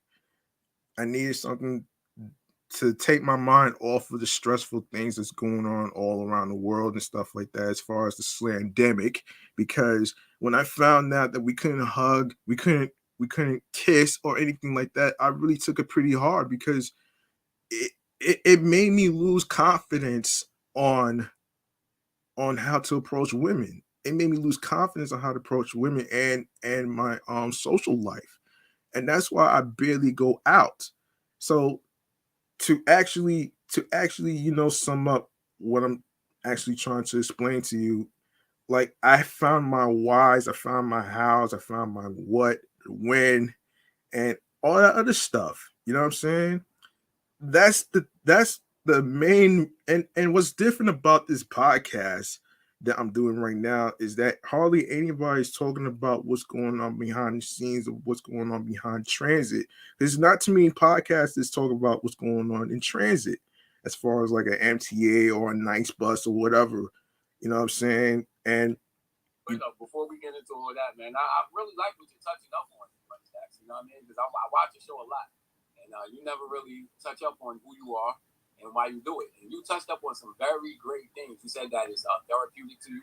You said that during the slandemic, which a lot of people felt, social isolation, and you said that you felt isolated from people, and that you wanted to do this podcast to basically let people see you are who you are and to come out of your shell a little bit, correct or no?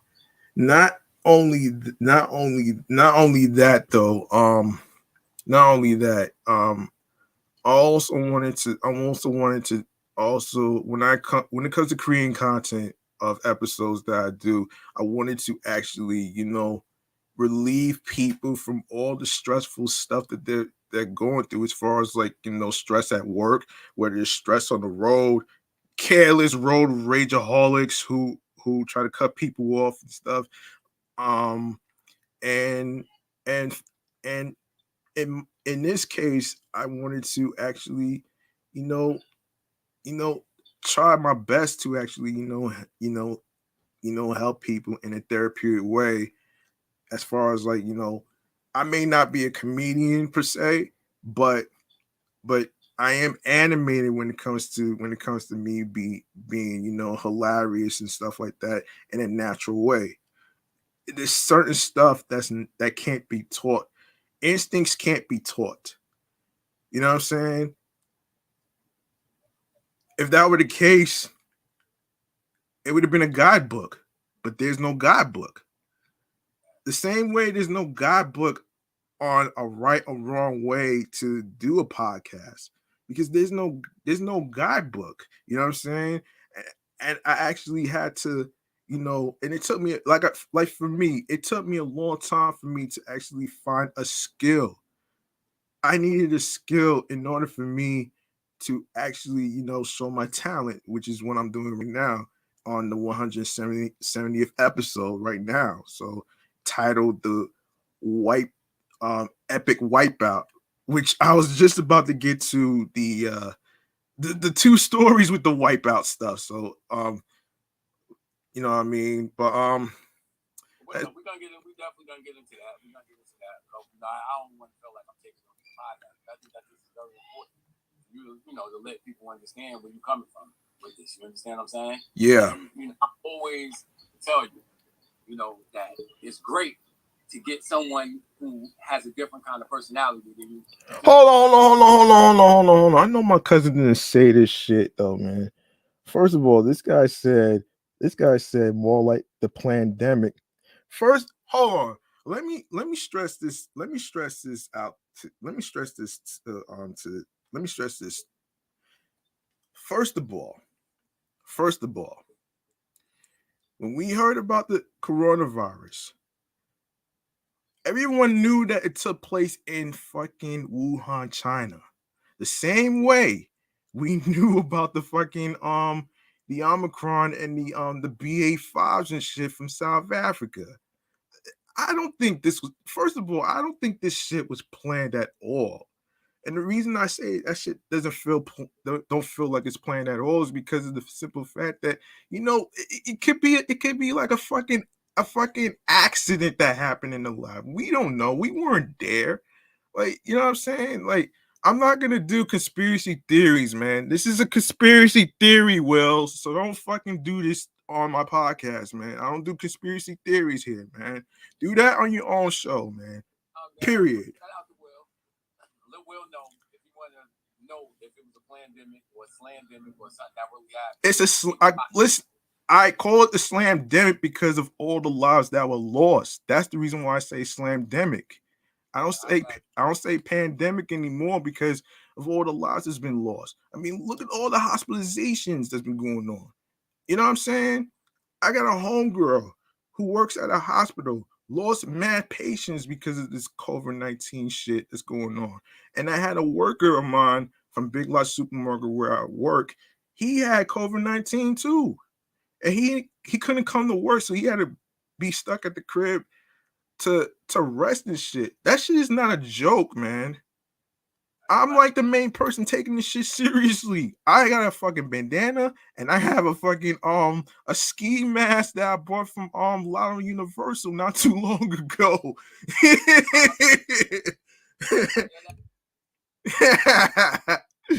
Oh man. I hear you, man. That's a beautiful, beautiful, beautiful thing, man.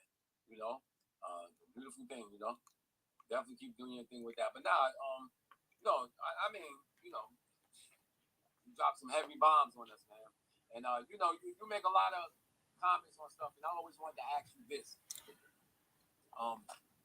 do you feel like, because you make a lot of mention on how many podcasts that you do, you also speak a lot about the number of episodes that you're doing. So I want to ask you, what's up? Do you feel you get the podcast out and actually being productive is your way of getting back at people who say that you couldn't do it? Now I want to go back even deeper into this and establish how you were in high school. Oh boy. One time, to me, a couple of things about you in high school. Do you feel like this podcast is, you know, some type of vindication for yourself, showing that you are competent to do something, and that you know that you can hold something up?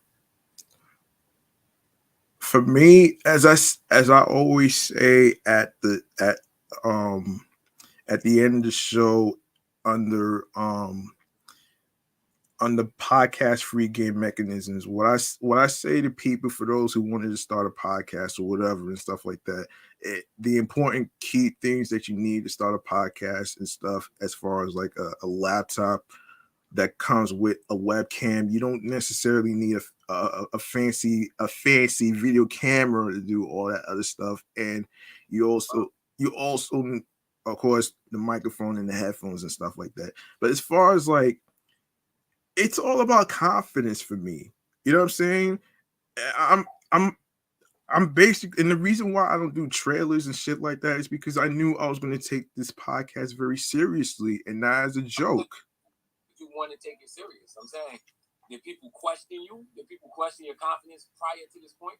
Because like I said, when you speak about how many podcasts that you went to, you said 156 episodes. You say it like it's just to keep track of the numbers and stuff, so I don't forget. Though, you know what I'm saying? Like, I like to keep a record on things. That's the reason why I mentioned the numbers and stuff like that in each episode, because I don't want to forget out of the blue on on certain stuff. You know what I'm saying? That's just for me to actually, you know, to have in a memory bank, so to speak.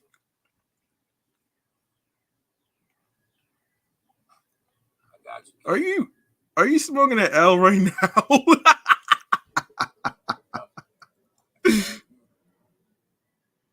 Is that, hold on. Are you vaping? Yes, sir. I thought vaping wasn't safe anymore. It's safe. This is about the safest way you can consume in the world, bro. You better make sure the shit don't go to your lungs and shit, man. That's what it's supposed to do. Because if it goes to your lungs, you don't want to have lung cancer and kidney disease and all that other shit. So man, that's what you're supposed to do, bro. I'm not recommending anybody do this, folks. So don't try this at home, man. Leave that to the amateurs.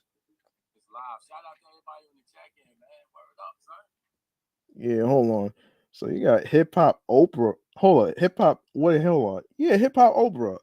I'm like, okay. And of course, I already mentioned Will, of course. Um, and of course, the You and the Wrong podcast. Shout outs to them. Um, Yeah, shout out to them. Broken Traditions. What up, homie? I did see him, but I was like, okay, I gotta get this. I got in the future. I'm gonna have to get this guy here too, man. Because I don't know what happened to his Breaking Structure podcast, though. What the hell happened to it, though? Huh? You know who that is? What? Who Broken Structures is? That's that's Big Mon's brother. Yes, sir. Yeah, he in Atlanta. I know that actually. Shout out to Big Mont, man. Big Mont is doing his thing, man. Unstructured conversations. Go check my boy Big Mont. Mm-hmm. D Wizzle on the check-in, straight from Far Rockaway. Yeah. D Wizzle was good, son. Yeah, hold on. I think you're hearing the ice cream truck in the background, man.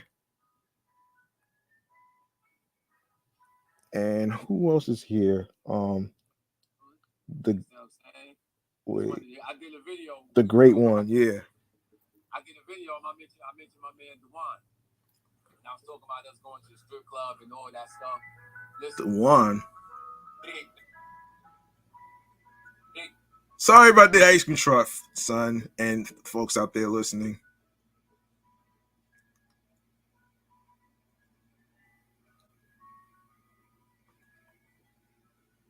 But go ahead, man. Go ahead. We used to do it big back in the day, man. That's my man Weezy right there. You already know. Weezy. Well, not to be confused with Lil Wayne, folks. This is a different person. Don Weezy, son. Wait, hold up. Dom Weezy. Son. Wait a minute. Does he do music too? He rap. He used to rap. We used to freestyle on the regular, man. Oh. I see, Yo, man. check in. You in? Check in, son. Introduce the people to Dewan, man. Dewan is my guy. Yeah. Yeah. Nah, cause I wasn't sure. Where he's repping though. That's why I saw this. That's why I saw this individual. From Queens like you. He from Far Rock, man. Yeah. Far Rock. Yo, I was gonna discuss that Far Rockaway shit in a future episode whatsoever with the whole fucking terrible shit that's been going on. Like the whole We're gonna get his take on. You talk about the A train over here, right? Like, yeah, not just the shooting, but the fucking the fucking shark bites and stuff. I'm like, wait a minute. First of all, Jones Beach is the main beach we have in mass shark bites compared to fucking the Far Rockaway Beach and fucking you barely hear Coney Island talking about shark attacks. Yeah, you don't. You trying to add in? You got him in? Huh? You trying to get on it? You understand? How the hell do wait? Oh, he's trying to add. Oh, wait. Wait a minute. How do I? Just take on Far Rockaway, man. Something's going on out there. He didn't send a request, man. Hold on. What's his name? The great one. Yeah. All right. Yeah, bro. It's good, son. What's good? How you doing, homeboy? Yo, what's going on? What's going on? G Money Stacks in the building, man. Yeah, we's in the building, man. What's going on, man? How y'all doing? What's up, Brad? We Welcome out for Rockwood, man. yo, we chilling, ill and feeling, man. My hood acting crazy right now because a rapper just got shot yesterday morning. I knew the nigga. Wait, who the rapper? King Jigs. Ooh, You heard of him before, right? King James. No, King Jigs. Oh, King Jigs. I'm about to say, man, that's wow. Damn. Hey, yo, Brad, what happened to the job? I think I need a job. I gotta get this crib. What's up? I mean, I can't even hear you. What'd you say? I said, what happened? You text me about the job. What you did? Oh, no, I got you, man. We live, man. Yeah, how many weeks ago this been, bro? Yo, it takes time. It takes time, bro. Yeah, you right. How your mom doing? Listen, man, I tried to get work out, you know what I mean, where your brother worked at. That didn't work out, so, it's been other stuff that's been opening, but, it takes time, kid. I heard MTA, they got, because my girl, her stepfather, he worked for MTA, and he sent her some shit for cleaning, and you don't got to take a test or nothing. That's what I was telling you about, but wake up, man. Matter of fact, I'm going to call you back, man. Yeah, but now we chat. What y'all want to talk about? Let's talk. Man, I got some topics and stuff, man. Me and B-Law was just talking about the whole thing with drill music and other music artists venturing off to acting and all that other stuff. So what do? You into music too? I'm not a rapper though, man. I'm a podcast host. Okay. I'm just asking you questions. I'm not a rapper either.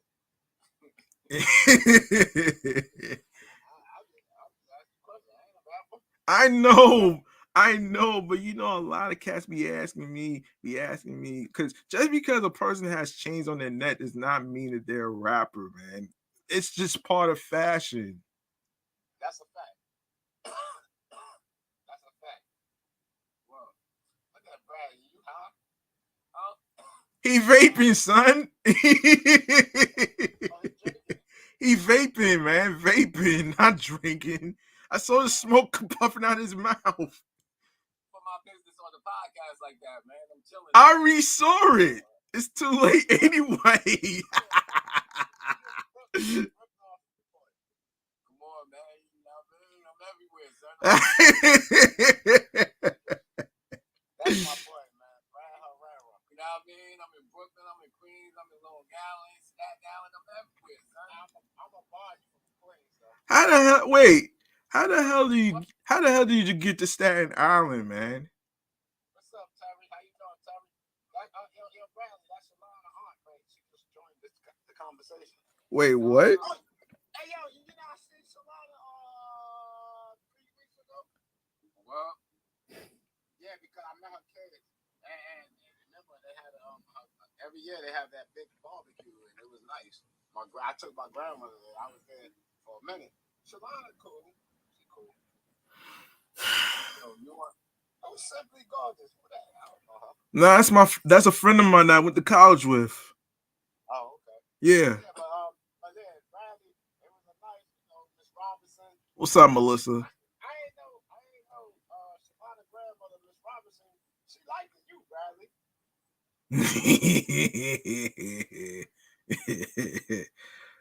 Oh man. She liking you, bro. And TJ, me and TJ TJ had the fucking the gallon of Henny. We was getting right. I was scared.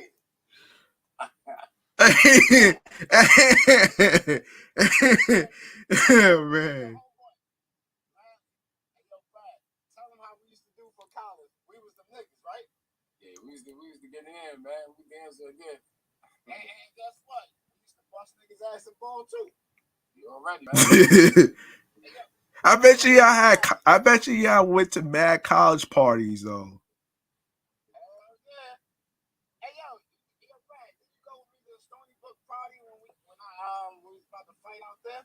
You went, right? Yeah, I remember. Yeah, I went. Where you with the Beanie Man concert? The Beanie Man was there. Let me tell you something. My man Dewan used to almost fight somebody every weekend, man. I used to always have to break this guy up, man. Every weekend, Dewan about to get into it with somebody, man. You know what I'm saying? Nah, you ain't lying.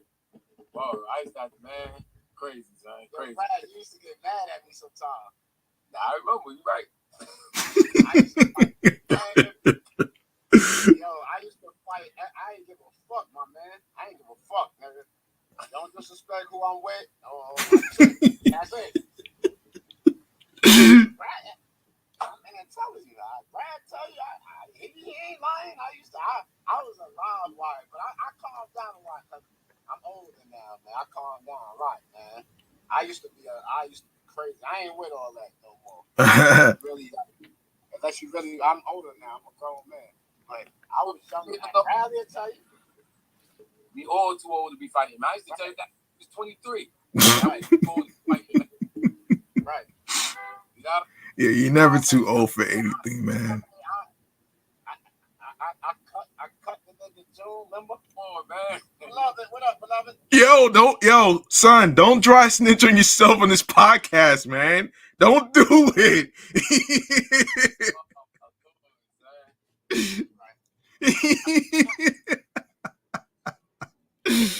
Yo. That shit happened.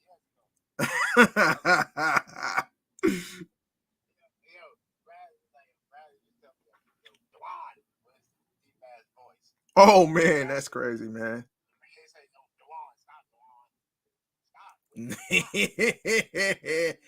Yo. Yeah, that's crazy. That's my other brother, man. Bradley's a good guy. That's my man B Live for real, man. We got years together, man. He's a good guy, man. We had some ups and downs, man, Brad. We never beat each other. I see y'all go way back than the potato chips and the bodega and shit. Yeah. Bradley taught me how to play baseball, man. I hit my first hit in Eisenhower Park. B Live told me he used to play baseball though in the chat. I remember. You thought I was joking when I said that, man. You thought I was playing when I told you that, but it is what it is. Yo, Bradley should have been in the league. He's nice like that. He was nice like that back then. Tell him that, man. He thought I was joking. Nah, he was nice like that. I always play ball. He taught me how to play baseball. Yeah. He was nice. That boy is hot. Yep.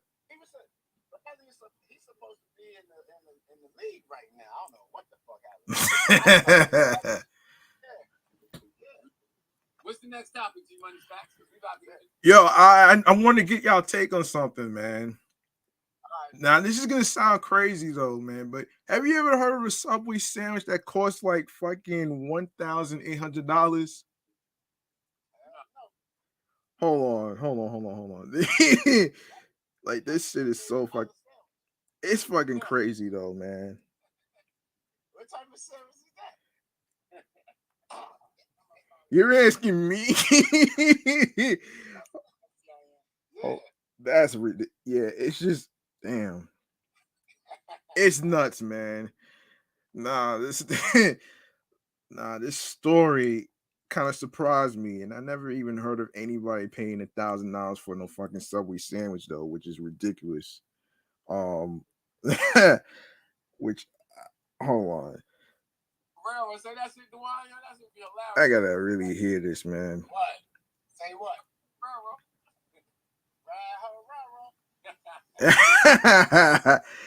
Yeah, man.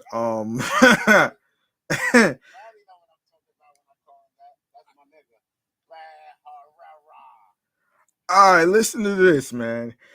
This footlong costs a hell a lot of more than $5. The Australian travelers attempt to eat fresh and transit backfires spectacularly after she was fined nearly $1,800 for failing to declare her Subway sandwich in customs.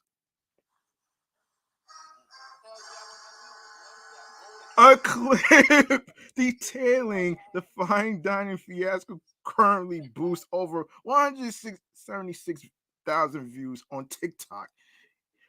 It is like my mistake, perf model Jessica Lee described in the clip of the catastrophe which occurred while she was returning home from Singapore. The influencer, who was reportedly famished after her 11-hour flight, said she'd bought a foot-long Subway in Singapore, whereupon she ate half her sandwich and saved the rest for a flight to down under. Ridiculous, man. It's ridiculous, man. That's ridiculous right there, man. Ronnie, come here, man. Tell the people what I do to him on the basketball court right over there. Oh my gosh, man.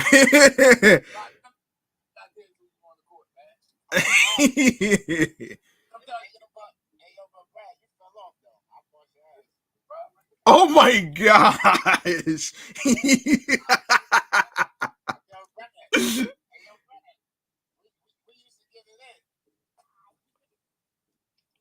Yeah, that's ridiculous, man. Nah,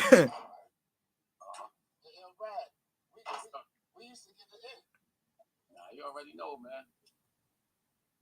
I was trash at ball. Nah, you used to do your thing. And yo, Brad, you couldn't leave me open. Nah, you're right. You hit jump shots, you know. Hey, yo, my man. Yo, I ain't gonna lie. I don't have that shot like that no more. I think I fell off. But the thing, I can still play. Nigga, Bradley will tell you. You couldn't leave behind a 3-point line, whatever. You can't leave me open. I'm knocking down the shot.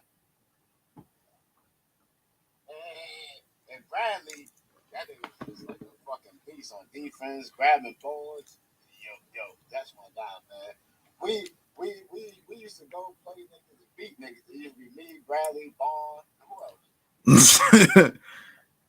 Damn, man. Hey, I remember series on G Money Stacks. Huh? Yo, Brad. Yo, I don't know. I remember we came to Westbury Park and I beat your cousin Dave. He was tight. Oh my gosh. He had a girl on his team. Me, Vaughn, and I had a nigga from my building. Oh man. Hold on. This ZC Guns. What's goody? What's goody, G's? Oh man. That's my guy. Oh man. Wait, what show? It's called Point Guards. Point Guards? It's talking about Mark Jackson, Rod Strickland. It's talking about Sham God. It's talking about all the point guards from New York. And saying how, like, you know, my nigga Brad Herrera. Yo. I think I know what you're talking about, Bradley. I think I know what you're talking about. It's official. Hey, yo, when I'm going to see my guy again? Huh? When we going to get up? I'm going to hit you up, man, after the show, yo. All right. Y'all be safe, man. Hey, you too, man. Stay liquid. Hey, yo, you can follow me. Check me out. I'm the great one. I'm going to follow you back. Yeah, most definitely, homie. Stay liquid. Be careful out there, man. Thank you, man. Love is love, man. Yo, Bradley, hit me up. Yo, you can follow me. What's your name again? G Money Stacks. Yeah, G Money Stacks, man. That's what my friends call me. No doubt. Send me a stack, man. Okay, now you just dragging it, man.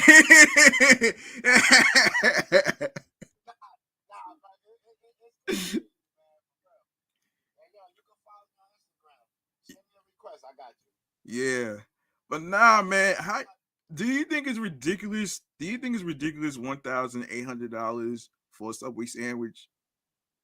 Goddamn right, it's ridiculous. I ain't paying that for no fucking sandwich. Jay-Z thought you was gonna pay that for a sandwich. Get out of here. If anything, I'm not gonna.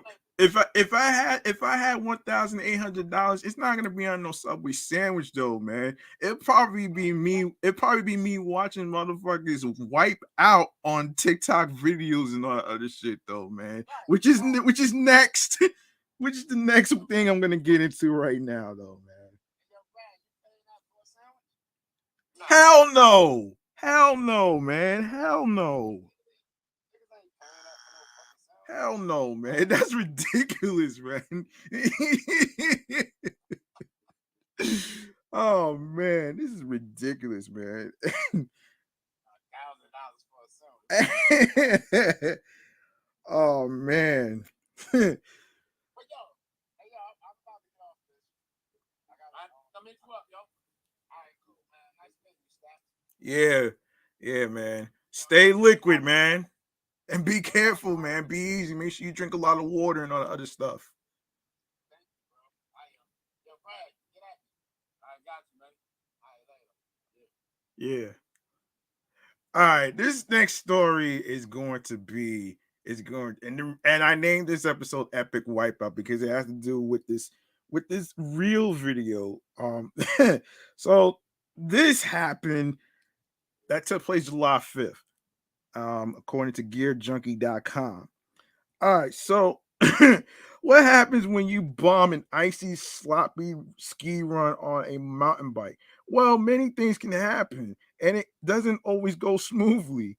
Watch various amusing unsuccessful results at this year's Mega Avalanche in this failed clip held at Alpe de Huez, excuse me, in the French Alps annually since 1995. The zany downhill race tends to deliver a massive array of thrills and spills. 2022's running proved no different, which added to the event's irresistible appeal. Does glissading ever not look goofy or fun? The week-long event features multiple categories, including women's, kids, and trail races. Check out the results on the Mega Avalanche 2022. I think this is so dumb, man. I'm sorry, but you mean to tell me why the hell would you ride a mountain bike on a fucking snowy, icy condition? You you are so stupid. Like, come on.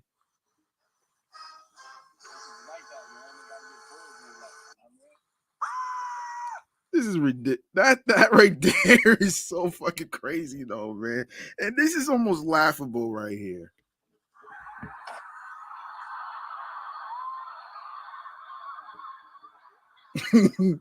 Yo, I'm not even gonna hold you, man. This is the dumbest thing. And speaking of dumb, oh man, I don't know if you heard about this shit though, man. This wild pool party in a subway train. I think I saw it like they had it on Instagram and TikTok, right?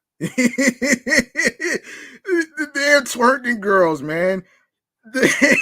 So for those of you who may not know what I'm talking about here, this is about an article on the New York Post. And here's what's happening. This flash twerk party on a New York City subway was off the rails. Yeah, I would say off the chain, actually, man. Strap hangers struggle to hold on to their morals as a collection of voluptuous vixens dressed in skimpy black bikinis jumped, gyrated, and jiggled during a makeshift pool party hosted inside an L train car. Whoa, that's crazy, man. What the fuck is going on here? Questioned a stunned Twitter speculator beneath a viral clip of the twerking ladies offering up lap dances and shots of liquor to subway passengers during a recent rush hour commute. A chaotically cringeworthy clip shared by underscore Mike from Queens has fetched over 500,000 Twitter views. When an unarmed women weren't busy shaking their moneymakers while travelers watched and filmed in awe. The party animals took turns hurling their bodies across a slip and slide that station on the train's floor and lubricated with bottled water. Oh my god. Oh my gosh, man. Hold up. This is crazy. This is oh man. The temptresses enjoyed the rest of their joyride by bouncing their bottoms on the crotches of male bystanders and twerking on each other in an inflatable pool. Unsurprisingly, outraged online onlookers couldn't believe their eyes. The most chaotic train ride ever, tweeted a disapproving digital viewer alongside a separate clip of the subterranean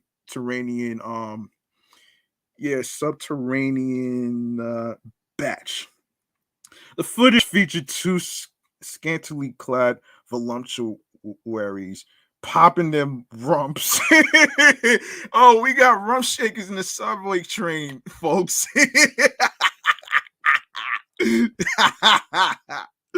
Oh man. Oh my gosh, man. Yeah, while mesmerized eyewitnesses, including a person dressed in full crash test dummy garb,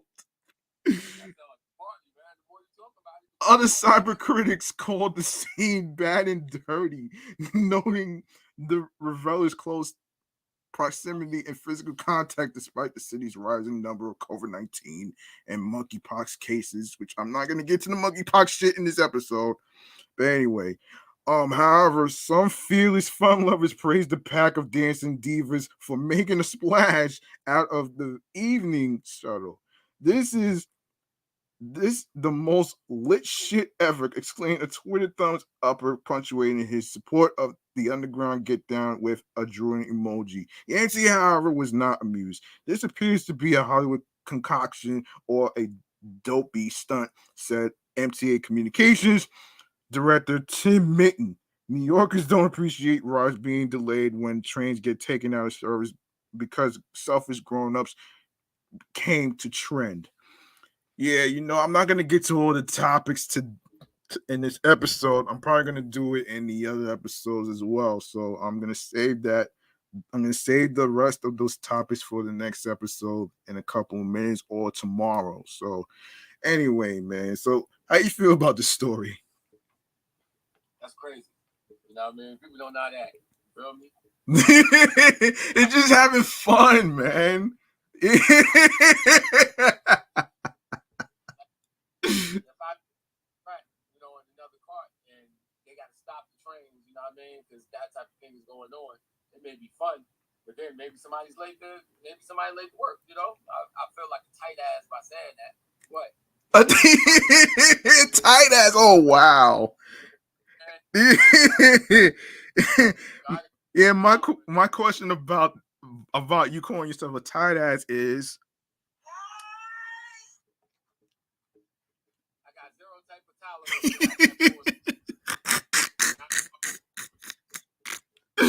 Oh man. Man. But people don't be making a big deal out of people who bring their boom boxes with music and all that other shit, though, man, which I've seen over the years, though. To me, that wasn't really a big deal, though, man. Like, think about it. Like, we can't have a double standard on certain shit, though, man. I got into it with people preaching the word of the Lord. I also got into it with people, like you said, that be playing music. Why is it that people that listen to the corniest music always want to be the people with the loudest music on the train? But because, like, you have people who are, the hip hop dancers and stuff. They're doing all these crazy ass moves on the poles and stuff like that, and we watching and shit, and it's like fucking entertainment, man.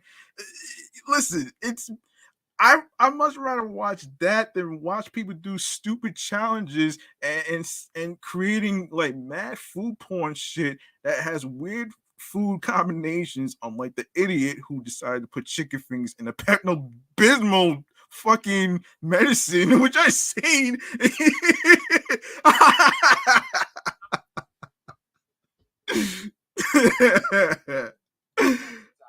Huh? That was bad. Nah, man. Yeah. Hold on a minute here. Yeah. All right. I think I'm going to actually. I'm gonna do one more topic, and then I'm about to wrap this up. Um. Yeah. So. And then you get a chance to get to Rick Ross. So let's get to Rick Ross, though, man. Um. So this guy wants to buy ownership of the Philadelphia Sixers ownership stake. Um, Rick Ross is dying to become part of an ownership group of a professional sports franchise after making his case to buy part of his beloved Miami Dolphins. Rose has turned his focus to find a way into owning the Philadelphia Sixers. um, okay, on Wednesday, June 22nd, 76ers are minority owner Michael Rubin announced that he'd be selling his 10% stake in the team to further pursue his interest in expanding the Fanatics brand into the sports gambling world, which would create a conflict of interest as an owner. The MMG boss hopped into the comment section of Rubin's Instagram post asking if he could buy his stake in the 76ers franchise. I'll buy his 10%. He commented. Oh wow. Um Rubin purchased into the ownership group in 2011 for approximately 29 290 $290 million. That's a lot of dough, man. Yeah. For his 10% stake, which has grown exponentially more lucrative in the past decade. With an estimated net worth of reportedly $45 million, it's tough to envision Ross having enough liquid assets to make the purchase into the team himself without a group of investors. The ownership group led by Joshua Harris and David Blitzer also purchased a portion of the New Jersey Devils for a reported $300 million in 2013. Does Rick Ross have any interest in picking up a hockey stick? Maybe not. But what do you think about this? Huh? What's that? What do you think? What do you think about Rick Ross buying the Philadelphia 76ers? Is it a good thing as far as like the good benefits, or is it sort of like the opposite? I think it's a good thing if he, demands it. I think the 76ers is a pretty good franchise. I don't know how much they make annually, so I don't know if that's a good investment or not, but I have no reason to think that's not that. Mm-hmm. But if you were in Rick Ross's position and stuff, buying a basketball team, I mean, do you think it's worth it or nah? It's going to improve my bottom line. My bottom line, yeah. I only asked this because I heard you and your homeboy was talking about how you used to play basketball, and I wasn't sure if you and him were playing point guard or shooting guard or something like that. But I play that position, so I'm not a low guy. Just I'm saying I'm 5'8", but I jump higher. A lot of people, that's why I think at the time I was stronger, faster. Like you said, I just grab man rebounds, play defense, beat, and Yeah, were you able to? I don't know too many people. Is like I don't know too many basketball players is like between 5'8" and up that actually knew how to dunk compared to a Nate Robinson. I check this out. Tell you what, I wasn't dunking, but I grabbed her, I hit one her, I was blocking shots, I was wrong. Uh huh.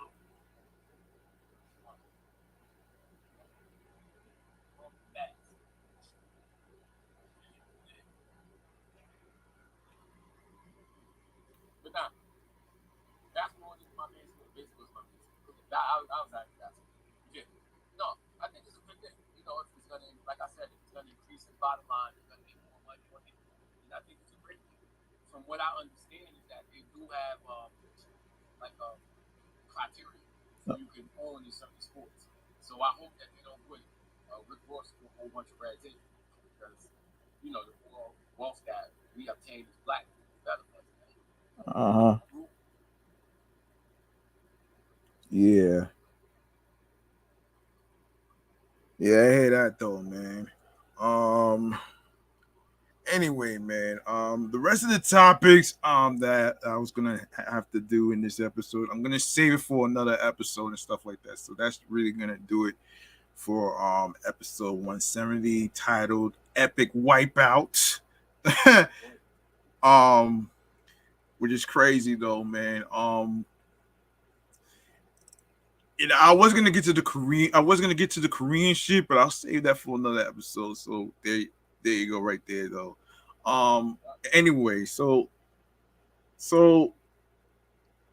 I have this segment right here that I do before I wrap up the show, and it's based and it's basically called Stream Choices on the Go. But G-Money Stacks, I gotta bounce, man. I gotta do some stuff at the crib. Yeah, I got you, man. Thank you for joining, man.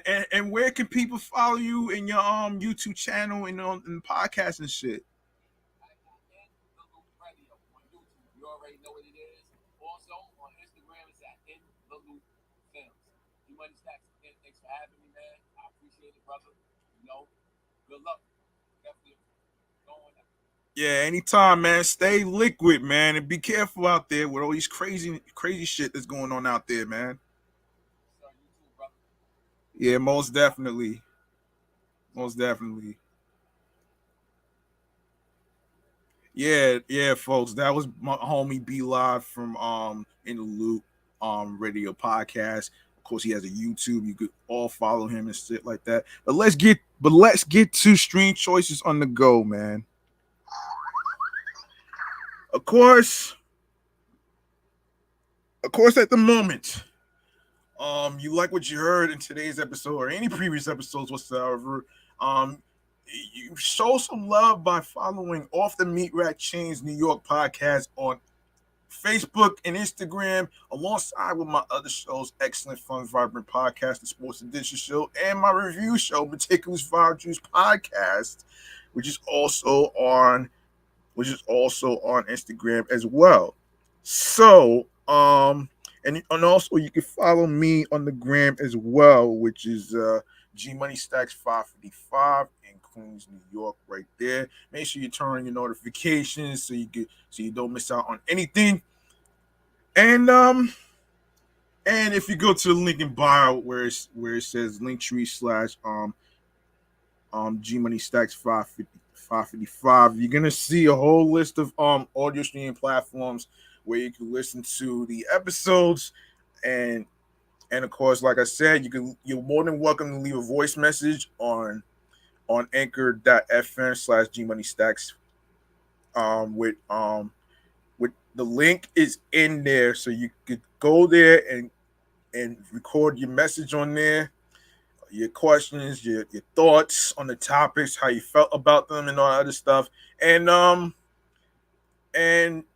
starting with Anchor, man. Anchor, Audacity, Audible, Audio Burst, Amazon Music, Breaker, Castbox FM, Deezer, Listen Notes, Moon FM Podcast, Player FM, Pocket Cast, Podbay, Podfriend, Podopolo, Podorama, Podcast Index, Podcast Addict, Podchaser, Podverse, Reason FM, Spotify, Stitcher, TuneIn Radio, Google Podcasts, and also um leave a 5-star rating on Podchaser, Podfriend, and alongside with Spotify.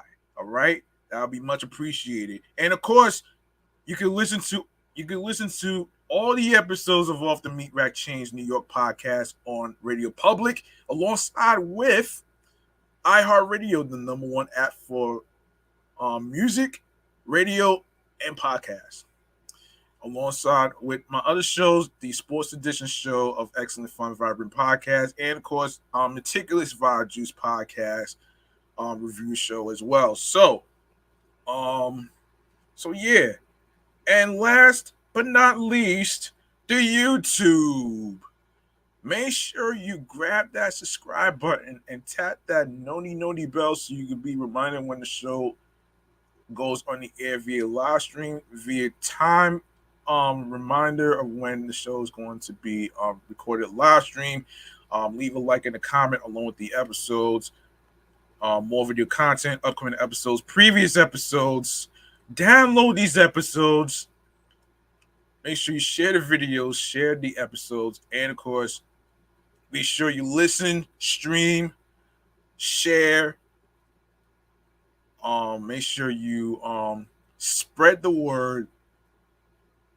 Watch these episodes in case you miss any of the new and latest and previous episodes on YouTube, which is G Money Stacks 555 on there, where you can see all the New York episodes on there. And of course, be sure to tell a friend to another friend. And of course, be sure to actually share the podcast along with your husbands, your wives, your wives, your husbands, your boyfriends, your girlfriends, your friends, and the people you cool with from work or any career field that's supporting your grind, your craft, and all that other stuff. And and like I always say at the end of the show, man, the grind does not stop.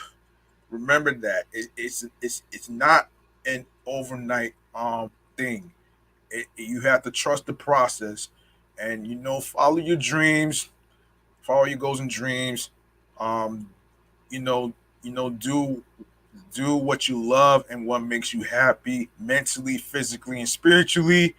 And of course, another thing that I would like to add to is you know, you know, have be sure to have confidence of what you do with your craft, whether it's podcasting, radio personality, or any other career fields whatsoever that you're trying to do to be on your grind and your p's and q's. And it's also important to have tunnel vision, your wins, your hows, your whys, your whats, and all that other stuff.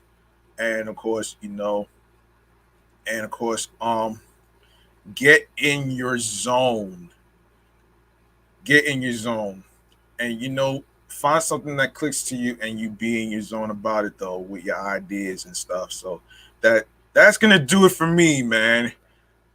I'm G Money Stacks. Thank you very much. Thank you to B Live for him and his homeboy for chiming in and all this great conversations and stuff like that. And you know what I'm saying? It's gonna be more new topics, more new conversations and stuff like that in the near future. And I am going to be at it. I'm going to be off this shit. I'm out of here. I'm about to watch a Mets baseball game and stuff like that. If I record 171 today, I will be recording it probably tomorrow as well. So, we'll see how that goes right there. And and yeah, and hold on a second. Hold on a second, man. Who is this? This is Yeah, I'm about to get off the air, man. Whoever's just coming into the Instagram live feed, I'm about to get off the air right now. So, um, be safe. Be safe out there. Be careful. Do what you love that makes you happy. Stay liquid. Catch you in the next episode. Same time, same bat channel, same man cave channel, same YouTube man cave channel. And of course, be you, be confident, and talk your shit, and get in your zone on your P's and Q's, man. I'm out of here. Peace and one love. And of course, have yourselves a good night, folks.